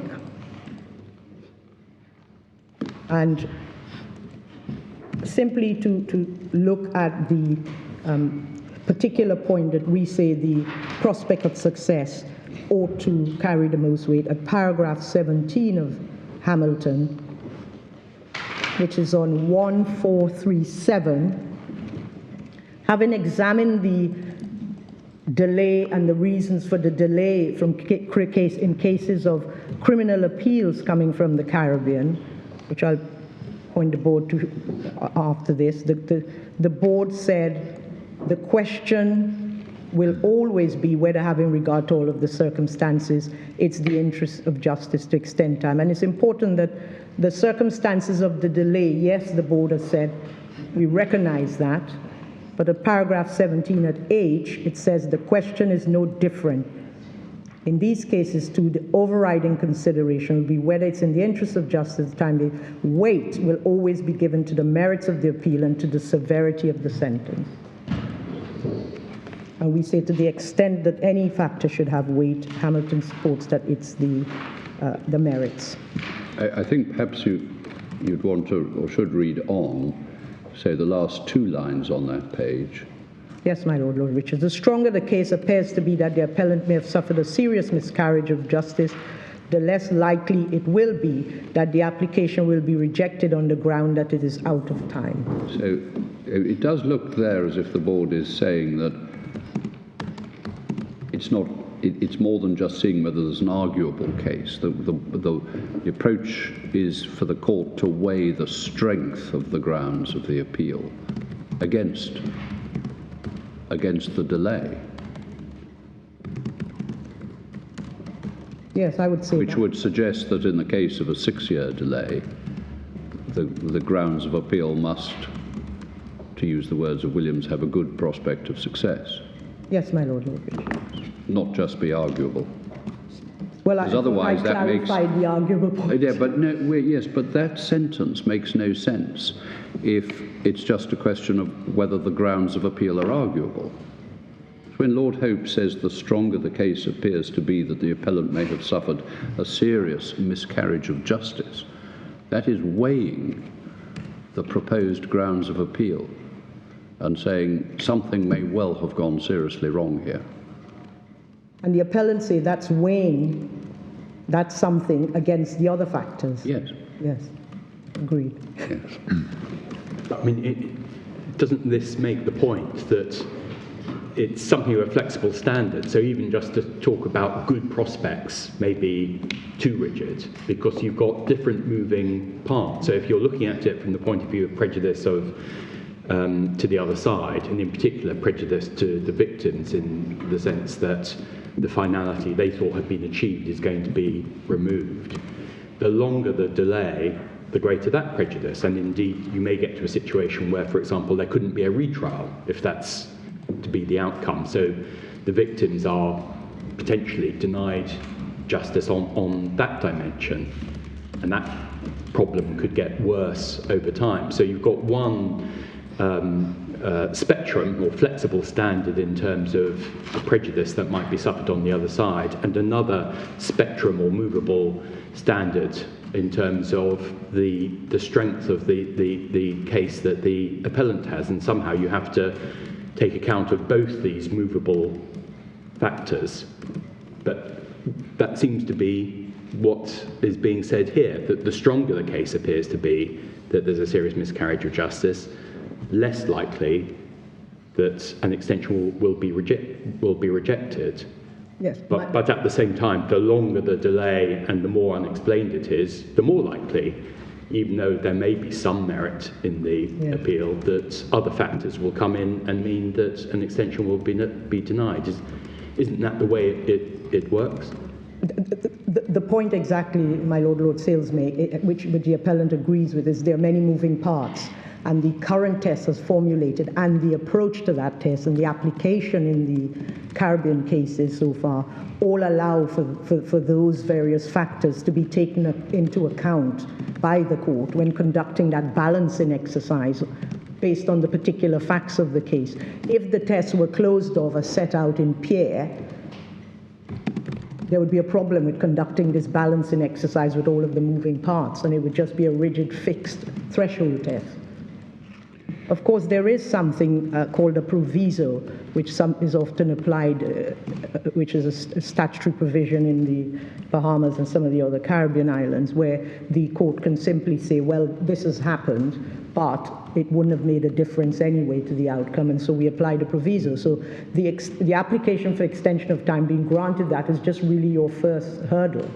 It may come down depending on the circumstances. I say everything is fact specific. Right, but sorry, just on the proviso, you would only get into that at the end of an appeal, wouldn't you? I mean, At the end of an appeal, yes. Yes. Yes. But I mean, we saw from Liebert, I think paragraph 9, Yes. that you begin, one way of approaching these questions is by beginning to look, by looking at the merits. If you can see that there's been no substantial injustice done to the appellant, you wouldn't give an extension of time on that approach. You don't give an extension of time, have the appeal, and then... No, you don't. No, you don't. And could I say a proviso wasn't used in this case because... No, but you don't get to it. If it appears that there is no serious injustice by reference to the examination at the outset, whether there should be an extension of time, you're not going to get to the proviso. As I understand it, there are 2 points. The proviso only applies in certain circumstances, so it doesn't apply to every case. Right. And my understanding is it wouldn't have applied on the facts of this case because of the intention point that's been contested in any event. And that's why we're here, to seek to say something went wrong with the intention point and the language issues being clouded. Yes, thank you. Why do you say the proviso would not apply on a full appeal if the issue was one of intention? As I understand it, the proviso is applied if, having looked at all, because it could have been applied by the Court of Appeal in this case, if the circumstances showed that something went wrong, but in any event, there was no significant, the outcome wouldn't have been different. And that's not something the Court of Appeal found in this case below. Well, that's all they never got to the stage of a substantive appeal, so the question never arose. No, they did have their decision. So you're referring to which case? To which case you? Sorry, in Pierre. In Pierre. Pierre, yes. They never got to a substantive appeal. They never gave permission for the appeal. Ah, yes, you're right, my lord. I think actually there is one of the cases where where there was an application for extension of time. It was accepted that the ground of appeal looked at on its own had merit, but the court concluded that in any event the proviso would be applied, and therefore an extension of time was refused. Sorry, it's which Knowles. makes sense. Yes, makes Knowles. I was thinking. Is it? Thank you. Right. Thank you. Sorry. Many cases floating around in the head.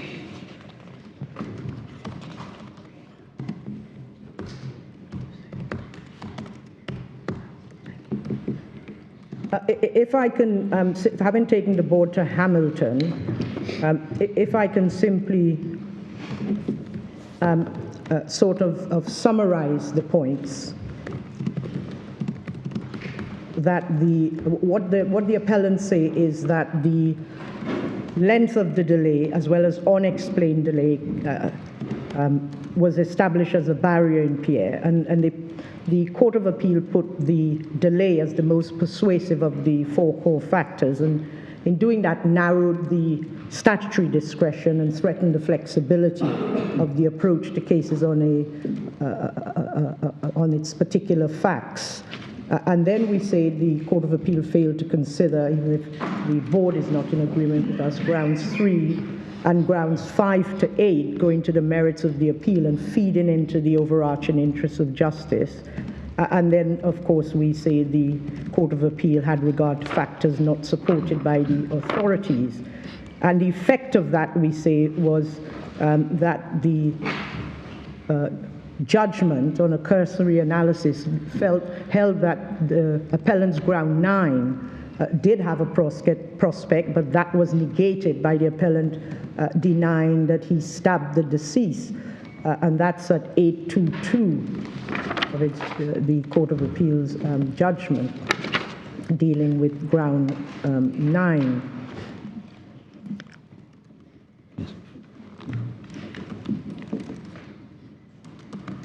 Paragraph 22. And we say that's not all the appellant said in evidence. So we say the Court of Appeals approach in considering the grounds, which we say was as set out at paragraph 20, although Ford might not agree with us, is that led to the conclusion there was no prospects of success. And so we say there was a failure to properly engage with the grounds.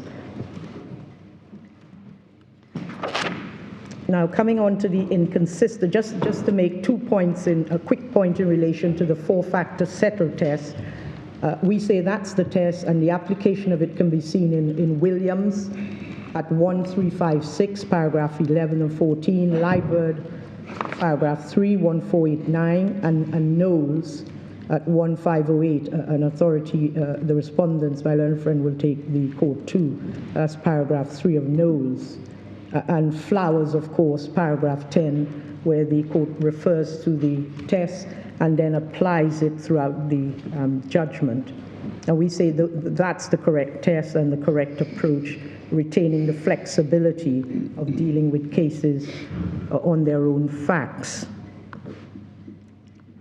Are you going to take us, Ms. Now, yes, to the grounds. the substance of the grounds? Yeah. So on the grounds now, we dealt with that paragraph 34 to 46 of our written case, 1246 to 1250. Sorry, pages again. 1246 to 1250, paragraph 34 to 46.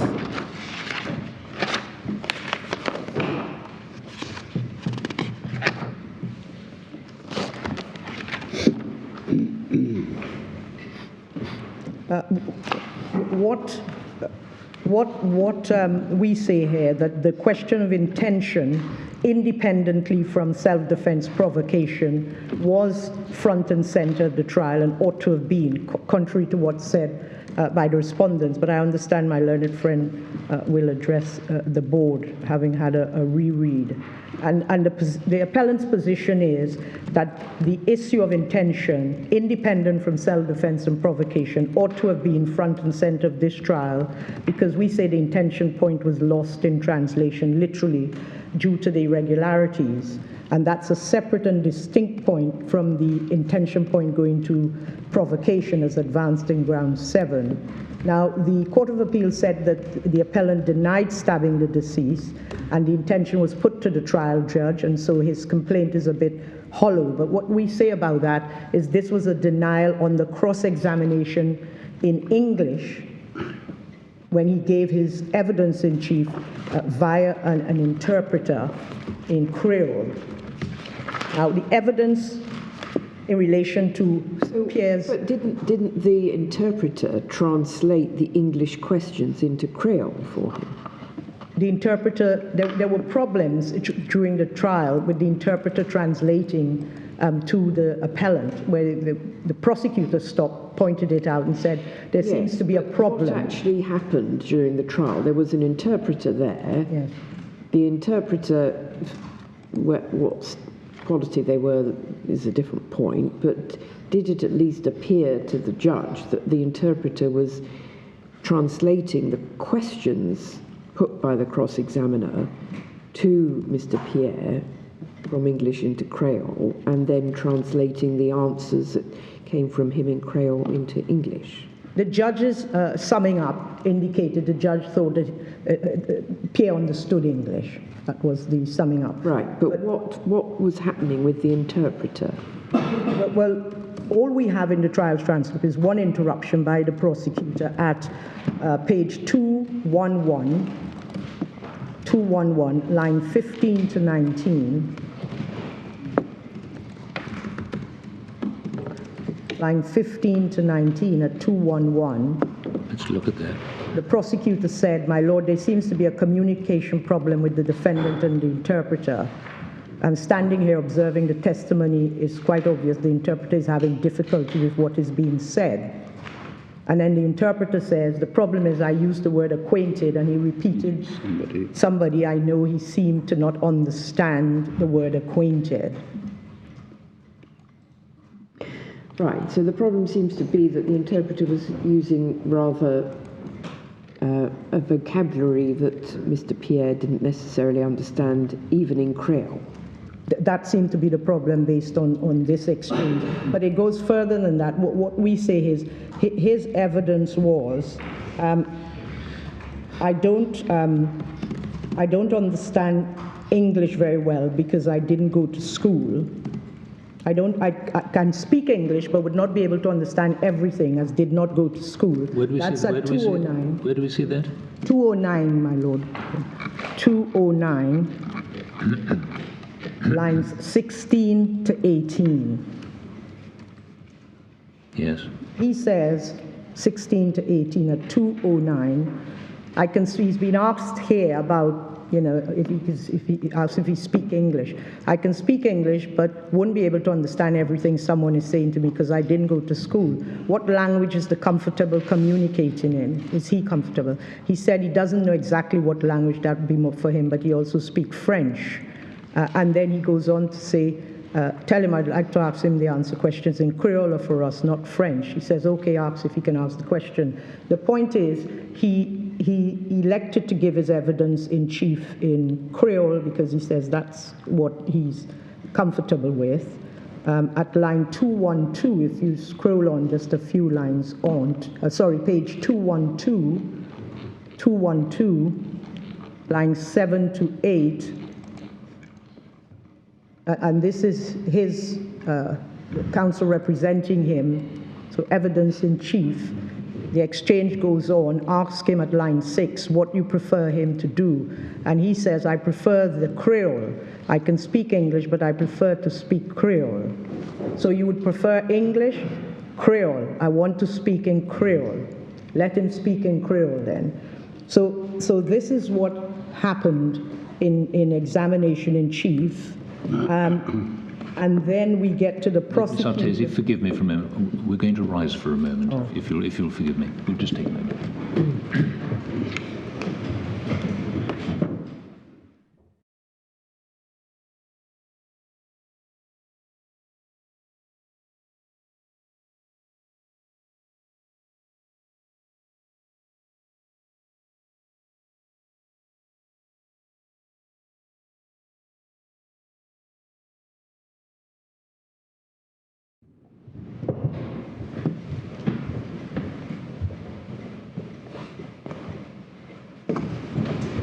Yes, Ms. Artesi, I'm sorry about that.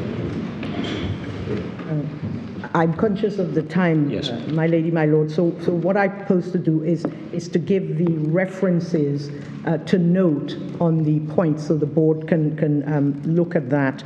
But the judge's summing up did indicate, during the break we had an opportunity for discussions about how did Pierre give his, how was he cross-examined, and it would appear from the judge's summing up that the judge indicates that he spoke in English, and one would feel that he spoke English well. Now, as far as the stabbing is concerned, we say Pierre's evidence was consistent that he did stab the deceased, but he did not intend to do so up until we get to cross-examination, we say in English. And the references in relation to the evidence on the intention point are these to note. Pierre's evidence is his case was that he did stab. He did stab. But didn't intend to do so. Yes. Until he got to until his evidence got to the cross-examination. Cross-examination, and then because if one reads the transcript, you say, well, I didn't kill nobody. When you kill someone, you go out with the intention to kill them and mean to kill them, and that was the translation from the Creole to the English. And we say all of that got lost in translation on the cross-examination. But his evidence in chief is at 213, page 213, lines 1 to 7. I'm trying to get loose. I did whatever I had to get loose. So So we say that goes to being in fear of harm of himself and trying to deal with the deceased, who we say is the aggressor who went to his house. He says at page 213, that same page, lines 8 to 13 to note. Sorry, reference again, please. Page 213, my Lord Yes. Jones, lines 8 to 13, I didn't intend to kill anybody. That was his evidence in chief. The evidence as far as confessions and him saying to others he stabbed but accidentally as follows. Evidence of Officer Farquharson, page 94, lines 13 to 21. Sorry, page? 94, Yes. line 13 to 21. Yes. Yes, he said he stabbed him in the neck. He said he didn't mean to kill him. In interview, because there was a confession, and at that's page 175, line 7 to 11. He says, yes, I stabbed Schema accidentally. At page 178, lines 30 to 32, the evidence of police officer Gibson was that he said he stabbed a male called Schema who was picking trouble with me. And at page 200, lines 18 to 21, the evidence of the interpreter at the interview, she gave evidence on the cross-examination that she heard the appellant tell the police he stabbed the deceased accidentally. I'm sorry, I missed the last page. It's page 200, my Lord Sales, lines 18 to 21. Thank you. But where in the course of his evidence in chief does he accept that he stabbed? We say that's at page 213, lines 8 to 13. I didn't intend to kill anybody. So, yeah. 213, lines 8 to 13. He doesn't say that he stabbed. No, it doesn't mention a knife or stabbing. No.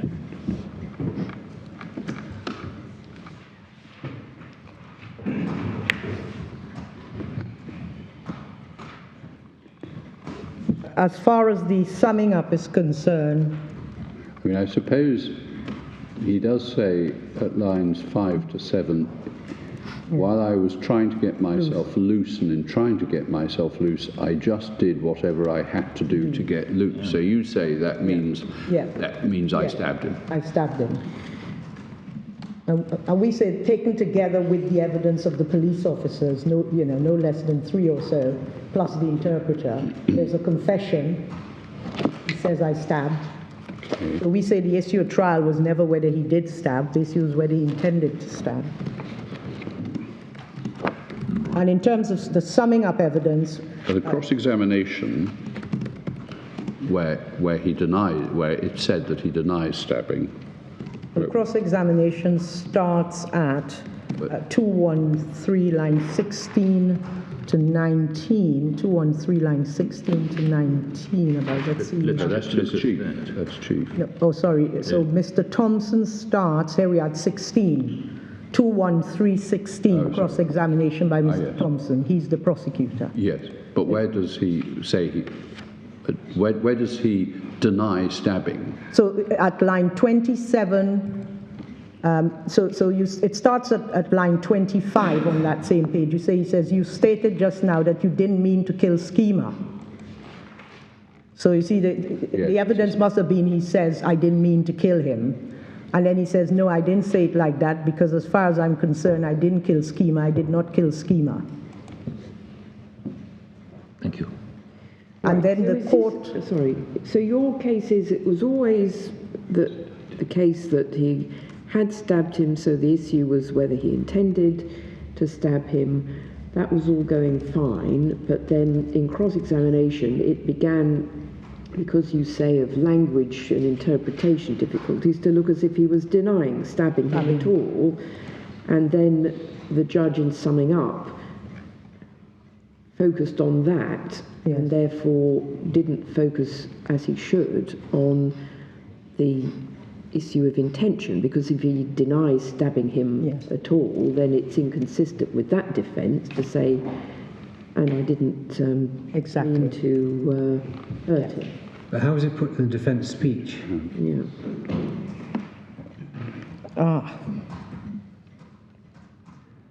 If my Lord Hamlin gives me a minute, I'll give you the reference on that. That's what I was thinking. I don't let me see. Thank you. Most grateful to my left. Yes, but I don't recall. There's bits we didn't see. Just for completeness, to say that the fact that he was cross-examined primarily in English can be found at page 250, lines 6 to 9. That's the judge's summing up. Now, I understand my time is up, and my Lady Rose... Well, you were interrupted. So I'm most grateful. but my Lord. we see, for example, at 215, line 6, I did not stab Schema in his neck area. I didn't have a knife. Yeah. Yeah. I didn't have no knife. But at 215, you know, if one reads the sort of extensive sentence there, 215, line 6, I did not stab Schema in his neck. You only want me to jail me, but in the name of God, I'm innocent. To prove the innocent, I didn't have... People who stab one is one who just come and say, you guy, I'm angry with you. I fear Schema, he bigger than me, and he taller than me, and plus he does drugs, and this is not my life.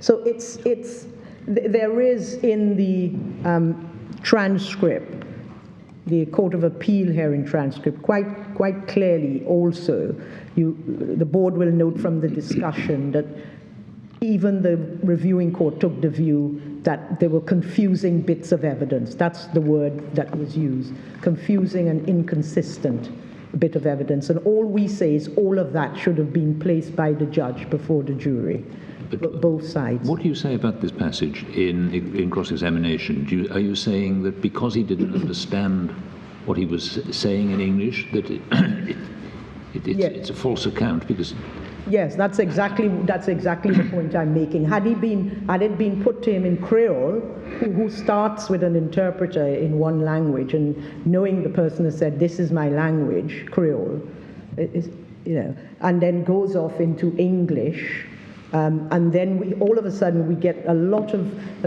of this evidence, which the Court of Appeal below accepted. Some of it is very, very inconsistent and confusing. That's the word that was used. But it's put to him that in fact he stabbed Schema in the neck area, and he says in terms, I did not stab Schema in his neck area. He says I didn't have a knife. Yes. Well, that can't be a mistake of translation or as a result of misunderstanding, surely. My Lord Lloyd Jones, that is how the appellants put the case, by virtue of being allowed to be cross-examined in English. And this is not a highly educated appellant, we say. And coupled with, my Lord Lloyd Jones, obviously that point is not being advanced here, but that's coupled with what the appellant said about the amount of assistance he got from his counsel below in terms of him understanding the case that he had to deal with. I can't put it any higher than that. Thank you. Yes. As far as the judge's summing up on intention, even if we're wrong that he did say at that particular point of the transcript, which my Lord Lloyd Jones just took us to, that I didn't stab him, what we say, as far as the summing up is concerned, that account was the only account put, and not the other accounts that he gave in evidence, which my Lord Richard highlighted. I was trying to get loose and so forth. And just to note very quickly, the summing up references, page 232, lines 4 to 5, whether Sorry, the reference again. Sorry, Oh, I'm so sorry. not struggling to get loose. Sorry, are you taking us where? Well, actually, the judge did refer to that passage. If you look at page No, he did. But the point we're making is the judge just simply said he denied the stabbing. But that's not all he said. All of his evidence wasn't consistently, I denied stabbing scheme, I don't have a knife. Because in his examination in chief, he said, I didn't intend to kill anybody. And then there's the evidence of the interpreter, which says, he said, I heard him say he stabbed accidentally. The confession said, he said, I did it accidentally. None of that, we say, was put to the jury. It was a plain binary choice of. The judge did remind the jury that the interpreter, on the earlier occasion, the interpreter's evidence was that on the earlier occasion he had said that he'd stabbed. He stabbed him accidentally. Yes. The judge did refer to that in the summing up. Oh, forgive me, my lord. Well, we won't take up time now. No, what we say is that there was certainly what was put to the jury. It was a binary choice of provocation. Yes, that was put. We had said that on the intention point. But in relation to self-defense. But in relation to, has the prosecution actually proven the intention to actually murder him, so that he's saying, I'm getting loose, thinking in the back of our minds of section 299 subsection 2, could it, if that we say should have been put, section 299 subsection 2, with the penal code, because that could displace intention, which would have meant the upshot of all of this is, instead of murder, we would have been looking at manslaughter, which carries a lesser sentence. And that's the upshot of it. Right, so you say that the judge put the evidence that he hadn't stabbed him at all, but then he said if you accept that, then of course he's acquitted. If you reject that and find that he did stab him, then it could be provocation or it could be self-defense. And you say he should have added to that, or it might not have been either of those things, but he just might not have intended to kill him, in which case a lesser offence would be the correct conviction. Yes, that's it, my lady. But the judge did direct them that they could only convict of murder if they were satisfied that he intended to kill. And he actually read them section 12, subsection 3 in that context as well. But what we say is the facts of the trying to get loose and the struggle, along with the facts of all the evidence going to where he said I didn't intend to, those facts should have been not bundled up with everything. It should have been, those facts should have been related in relation to the possibility of a section 299 subsection 2 manslaughter. So you say the evidence of the struggle should have been specifically referred to? Along with the evidence of the accidental stabbing. And then to give a direction. If you agree with what that evidence is, that he said, I stabbed him, but I didn't intend to,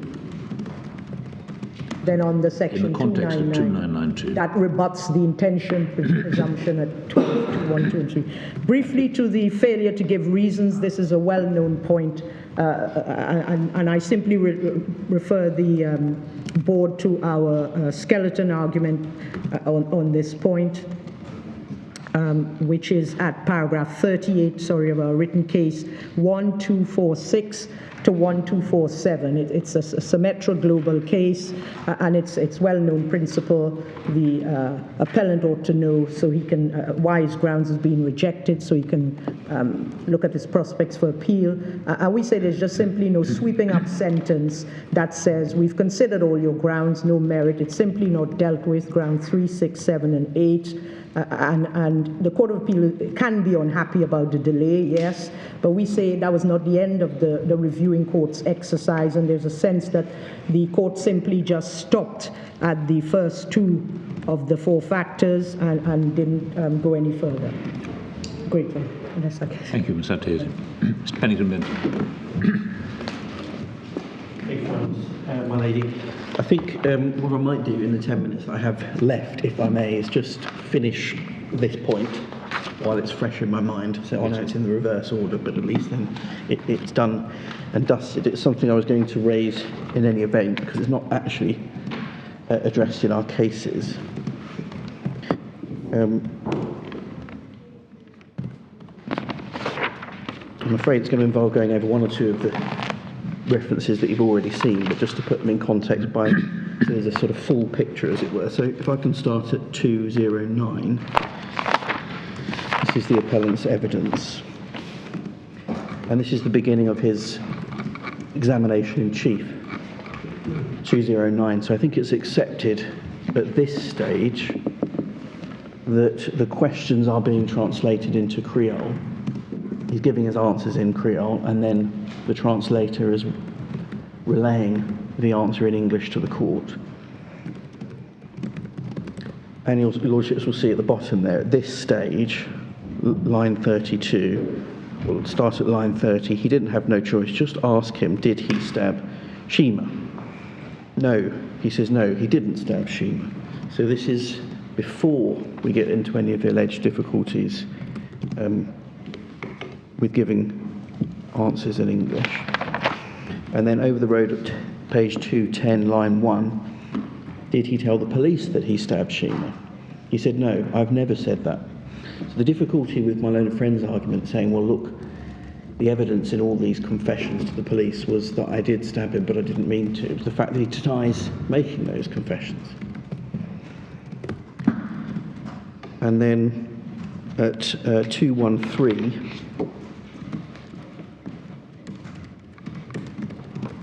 line 16 onwards, this is when the cross-examination starts, which your lordships, my lady, have already seen.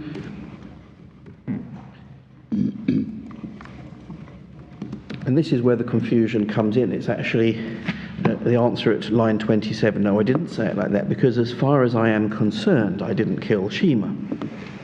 I did not. Were you reading line? 213, page number, and then line 27. 27, thank you. And then down to the bottom at line 32, he said he didn't intend to kill Shima. And this is really the point that the appellant's counsel was focusing on in the submissions in the Court of Appeal below. It's on the next page at 214. Line 6, when you kill somebody, you intentionally do it. I'm going to kill this person, or I have an agreement, as far as I'm concerned. Didn't Shima intimidated me by taking off my clothes, like Mr. Benaby take off my clothes? They didn't put it in the VBI. That made me feel as discriminate for Mr. Benaby to do that for me. I think this is a reference to one of the officers, Mr. Benaby, making the appellant take his clothes off. It's just a sort of slightly random, but anyway. I didn't make no sense to charge me with murder. I never have nothing to do with killing Shima, because I complained for him stealing my stuff and doing things to me. So the point the appellant's counsel was making in the Court of Appeal, just to be clear, is, well, hang on a second, is the appellant saying, I did not have my hand around the knife as I was putting it into his neck? Or is he saying, well, I may well have done that physical act, but I didn't do it with intention, because my idea of stabbing someone is that you intend to, with malice, to do it. So that's just to explain the alleged sort of confusion. But the difficulty for the judges, well, it didn't stop there, as your lordships know, my lady knows, at 215 on the page over, lines 3 to 12. You accept that at this point he's being questioned and he is giving his answers in English, that for some reason the services of the interpreter have been dispensed with? Well, it seems to be right, yes, that at that stage the interpreter is there, but the cross-examiner, the state, this is on page, back on 213, line 17, is saying, are you able to speak English? The interpreter said yes. And I believe from there on in, the questions are being given in English, the answers are being given in English, but every so often, rather than there being a first-person response to the question, it'll say, he says. So what actually is happening, and I think, is that every so often the interpreter is dipping in and assisting. But yes, I think my lady, you're right. What seems to happen at the start of the cross-examination is that Mr. Thompson latches on to the last answer he'd given in chief, that he didn't have an intention to kill anybody, and he's trying to say, well, that suggests that in fact you did in fact kill. You're accepting that and going off on, but I didn't mean it. And that seems then to precipitate this passage where he says, no, I didn't mean it like that. Yes. I didn't kill him at all. Is that... Well, and then he goes over on the... In fairness, I mean, my lord, that's one interpretation, but I think it is confusing with respect, because on 214, as I say, at lines 6 to 12, he says, well, it's really lines 6 to 8. He says, when you kill someone, you intentionally do it. As far as I'm concerned, didn't kill Shima. So I think certainly what the appellant's counsel below was focusing on was saying, well, hang on a second, what are you actually saying here? You know, well, there may be a confusion between kill and murder in this. Exactly, and I think it was suggested during the appellant's counsel's closing submissions. We don't have the closing submissions, but there's a reference to it in the summing up by the judge that there may be some sort of cultural point here that, you know, well, did you kill him? Well, not by my reckoning, because I didn't mean to. Or did you put the knife in him? Well, that's a different question. But the difficulty for the judge is, because it really has to be a criticism of the way the judge summed the case up, the problem for the judge is, as your lordships and lady know, is he goes on to say, page 215, line 3, line 8, I am innocent. To prove the innocent, I didn't have no knife. And then at page 221, lines 9... Sorry, then page... 221? 221. Lines 9 to 15.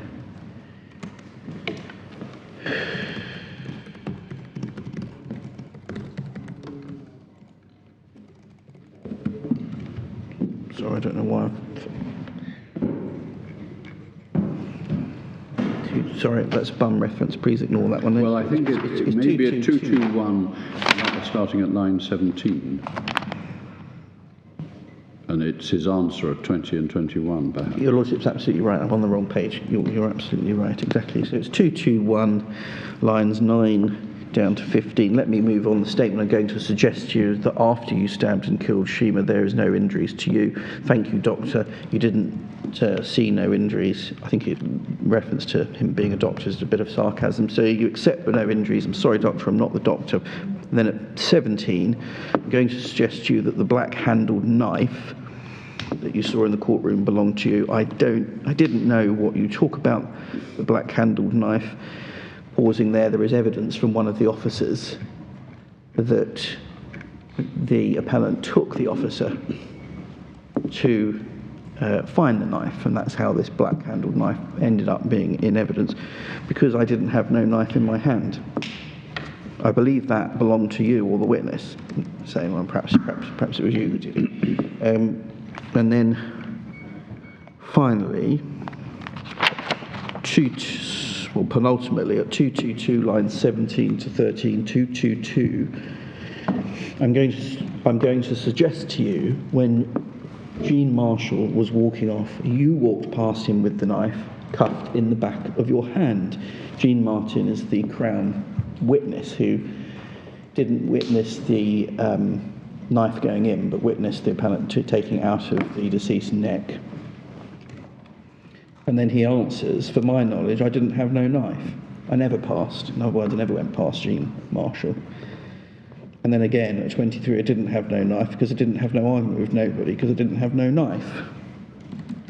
And then finally on 223, lines 1 to 2, so it follows on from the bottom of 222, sorry, I'm going to suggest to you that when you swung the knife with intention to kill him, he raised his hands and got defensive wounds. Over the road onto 223, that is what you mean. I don't know nothing about what you're saying, sir. So in those circumstances, my submissions are shortly, one, there can't have been no language difficulty could explain evidence of that nature. It was a plain denial that he had a knife, and therefore a denial that he stabbed. A denial of the actus reus. And in those circumstances, submission 2, the judge had no choice but to put the case to the jury in the way that he did. However unfortunate that may have been for the defendant's defence, because of course I accept other things being equal, it's not great to say to a jury, I didn't stab someone, but by the way, if I did it in self-defence. But that is what the judge put to the It is, and I'm saying, I accept other things being equal, that's not a fantastic way to run your defence. But the judge had no choice, because that's how the appellant, you can't ignore the appellant's evidence. The appellant's evidence was I didn't stab him. And if the judge had not put that to the jury, the appellant would have turned around, of course, and said in the Court of Appeal, well, hang on a second, you've not summed up to the jury my factual case. You can't force a defendant to not make the factual points that they do. But why didn't the judge add to the self-defence and the provocation possibilities the possibility that he may have stabbed him but just not intended to kill him? Well, the judge did do that. There's a very full and complete direction on intention. It starts at page 239. There's other bits, other sections, but the principal section starts at page 239, line 8, and goes to the bottom of 240, and it is, in my submission, a standard, fair and complete direction on intention, and says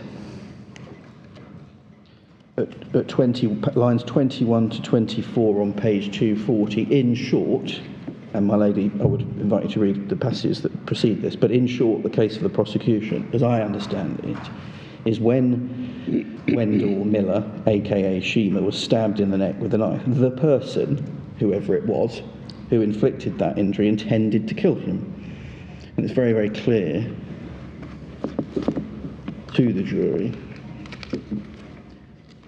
that they have to find that whoever did stab this person did so with intent, and that's dealt with, as I say, on pages 239 to 240. Before you convict of murder, you must be sure that when the penetrating stab wound to the neck of deceased which caused his death was inflicted, the person who inflicted it intended to kill Shima. The prosecution must prove that whoever inflicted the harm, died, did so with the intention to kill. And that, in the end, is why the Court of Appeal dismissed this ground of appeal. But I should say, just closing before we have our adjournment, that, of course, this appeal, as I understood it, was an appeal based on the Court of Appeal's failure to consider the grounds. This ground, in fact, was considered in detail. There was pages and pages of transcript, there was lots of argument on it, and there's a detailed and fully reasoned judgment on the point. But since it is being raised again, I do respectfully submit the Court of Appeal's right. If this was an appeal against conviction, which it isn't, the Court of Appeal was right in its decision as to the merits of that point. Thank you. We'll resume at 2 o'clock.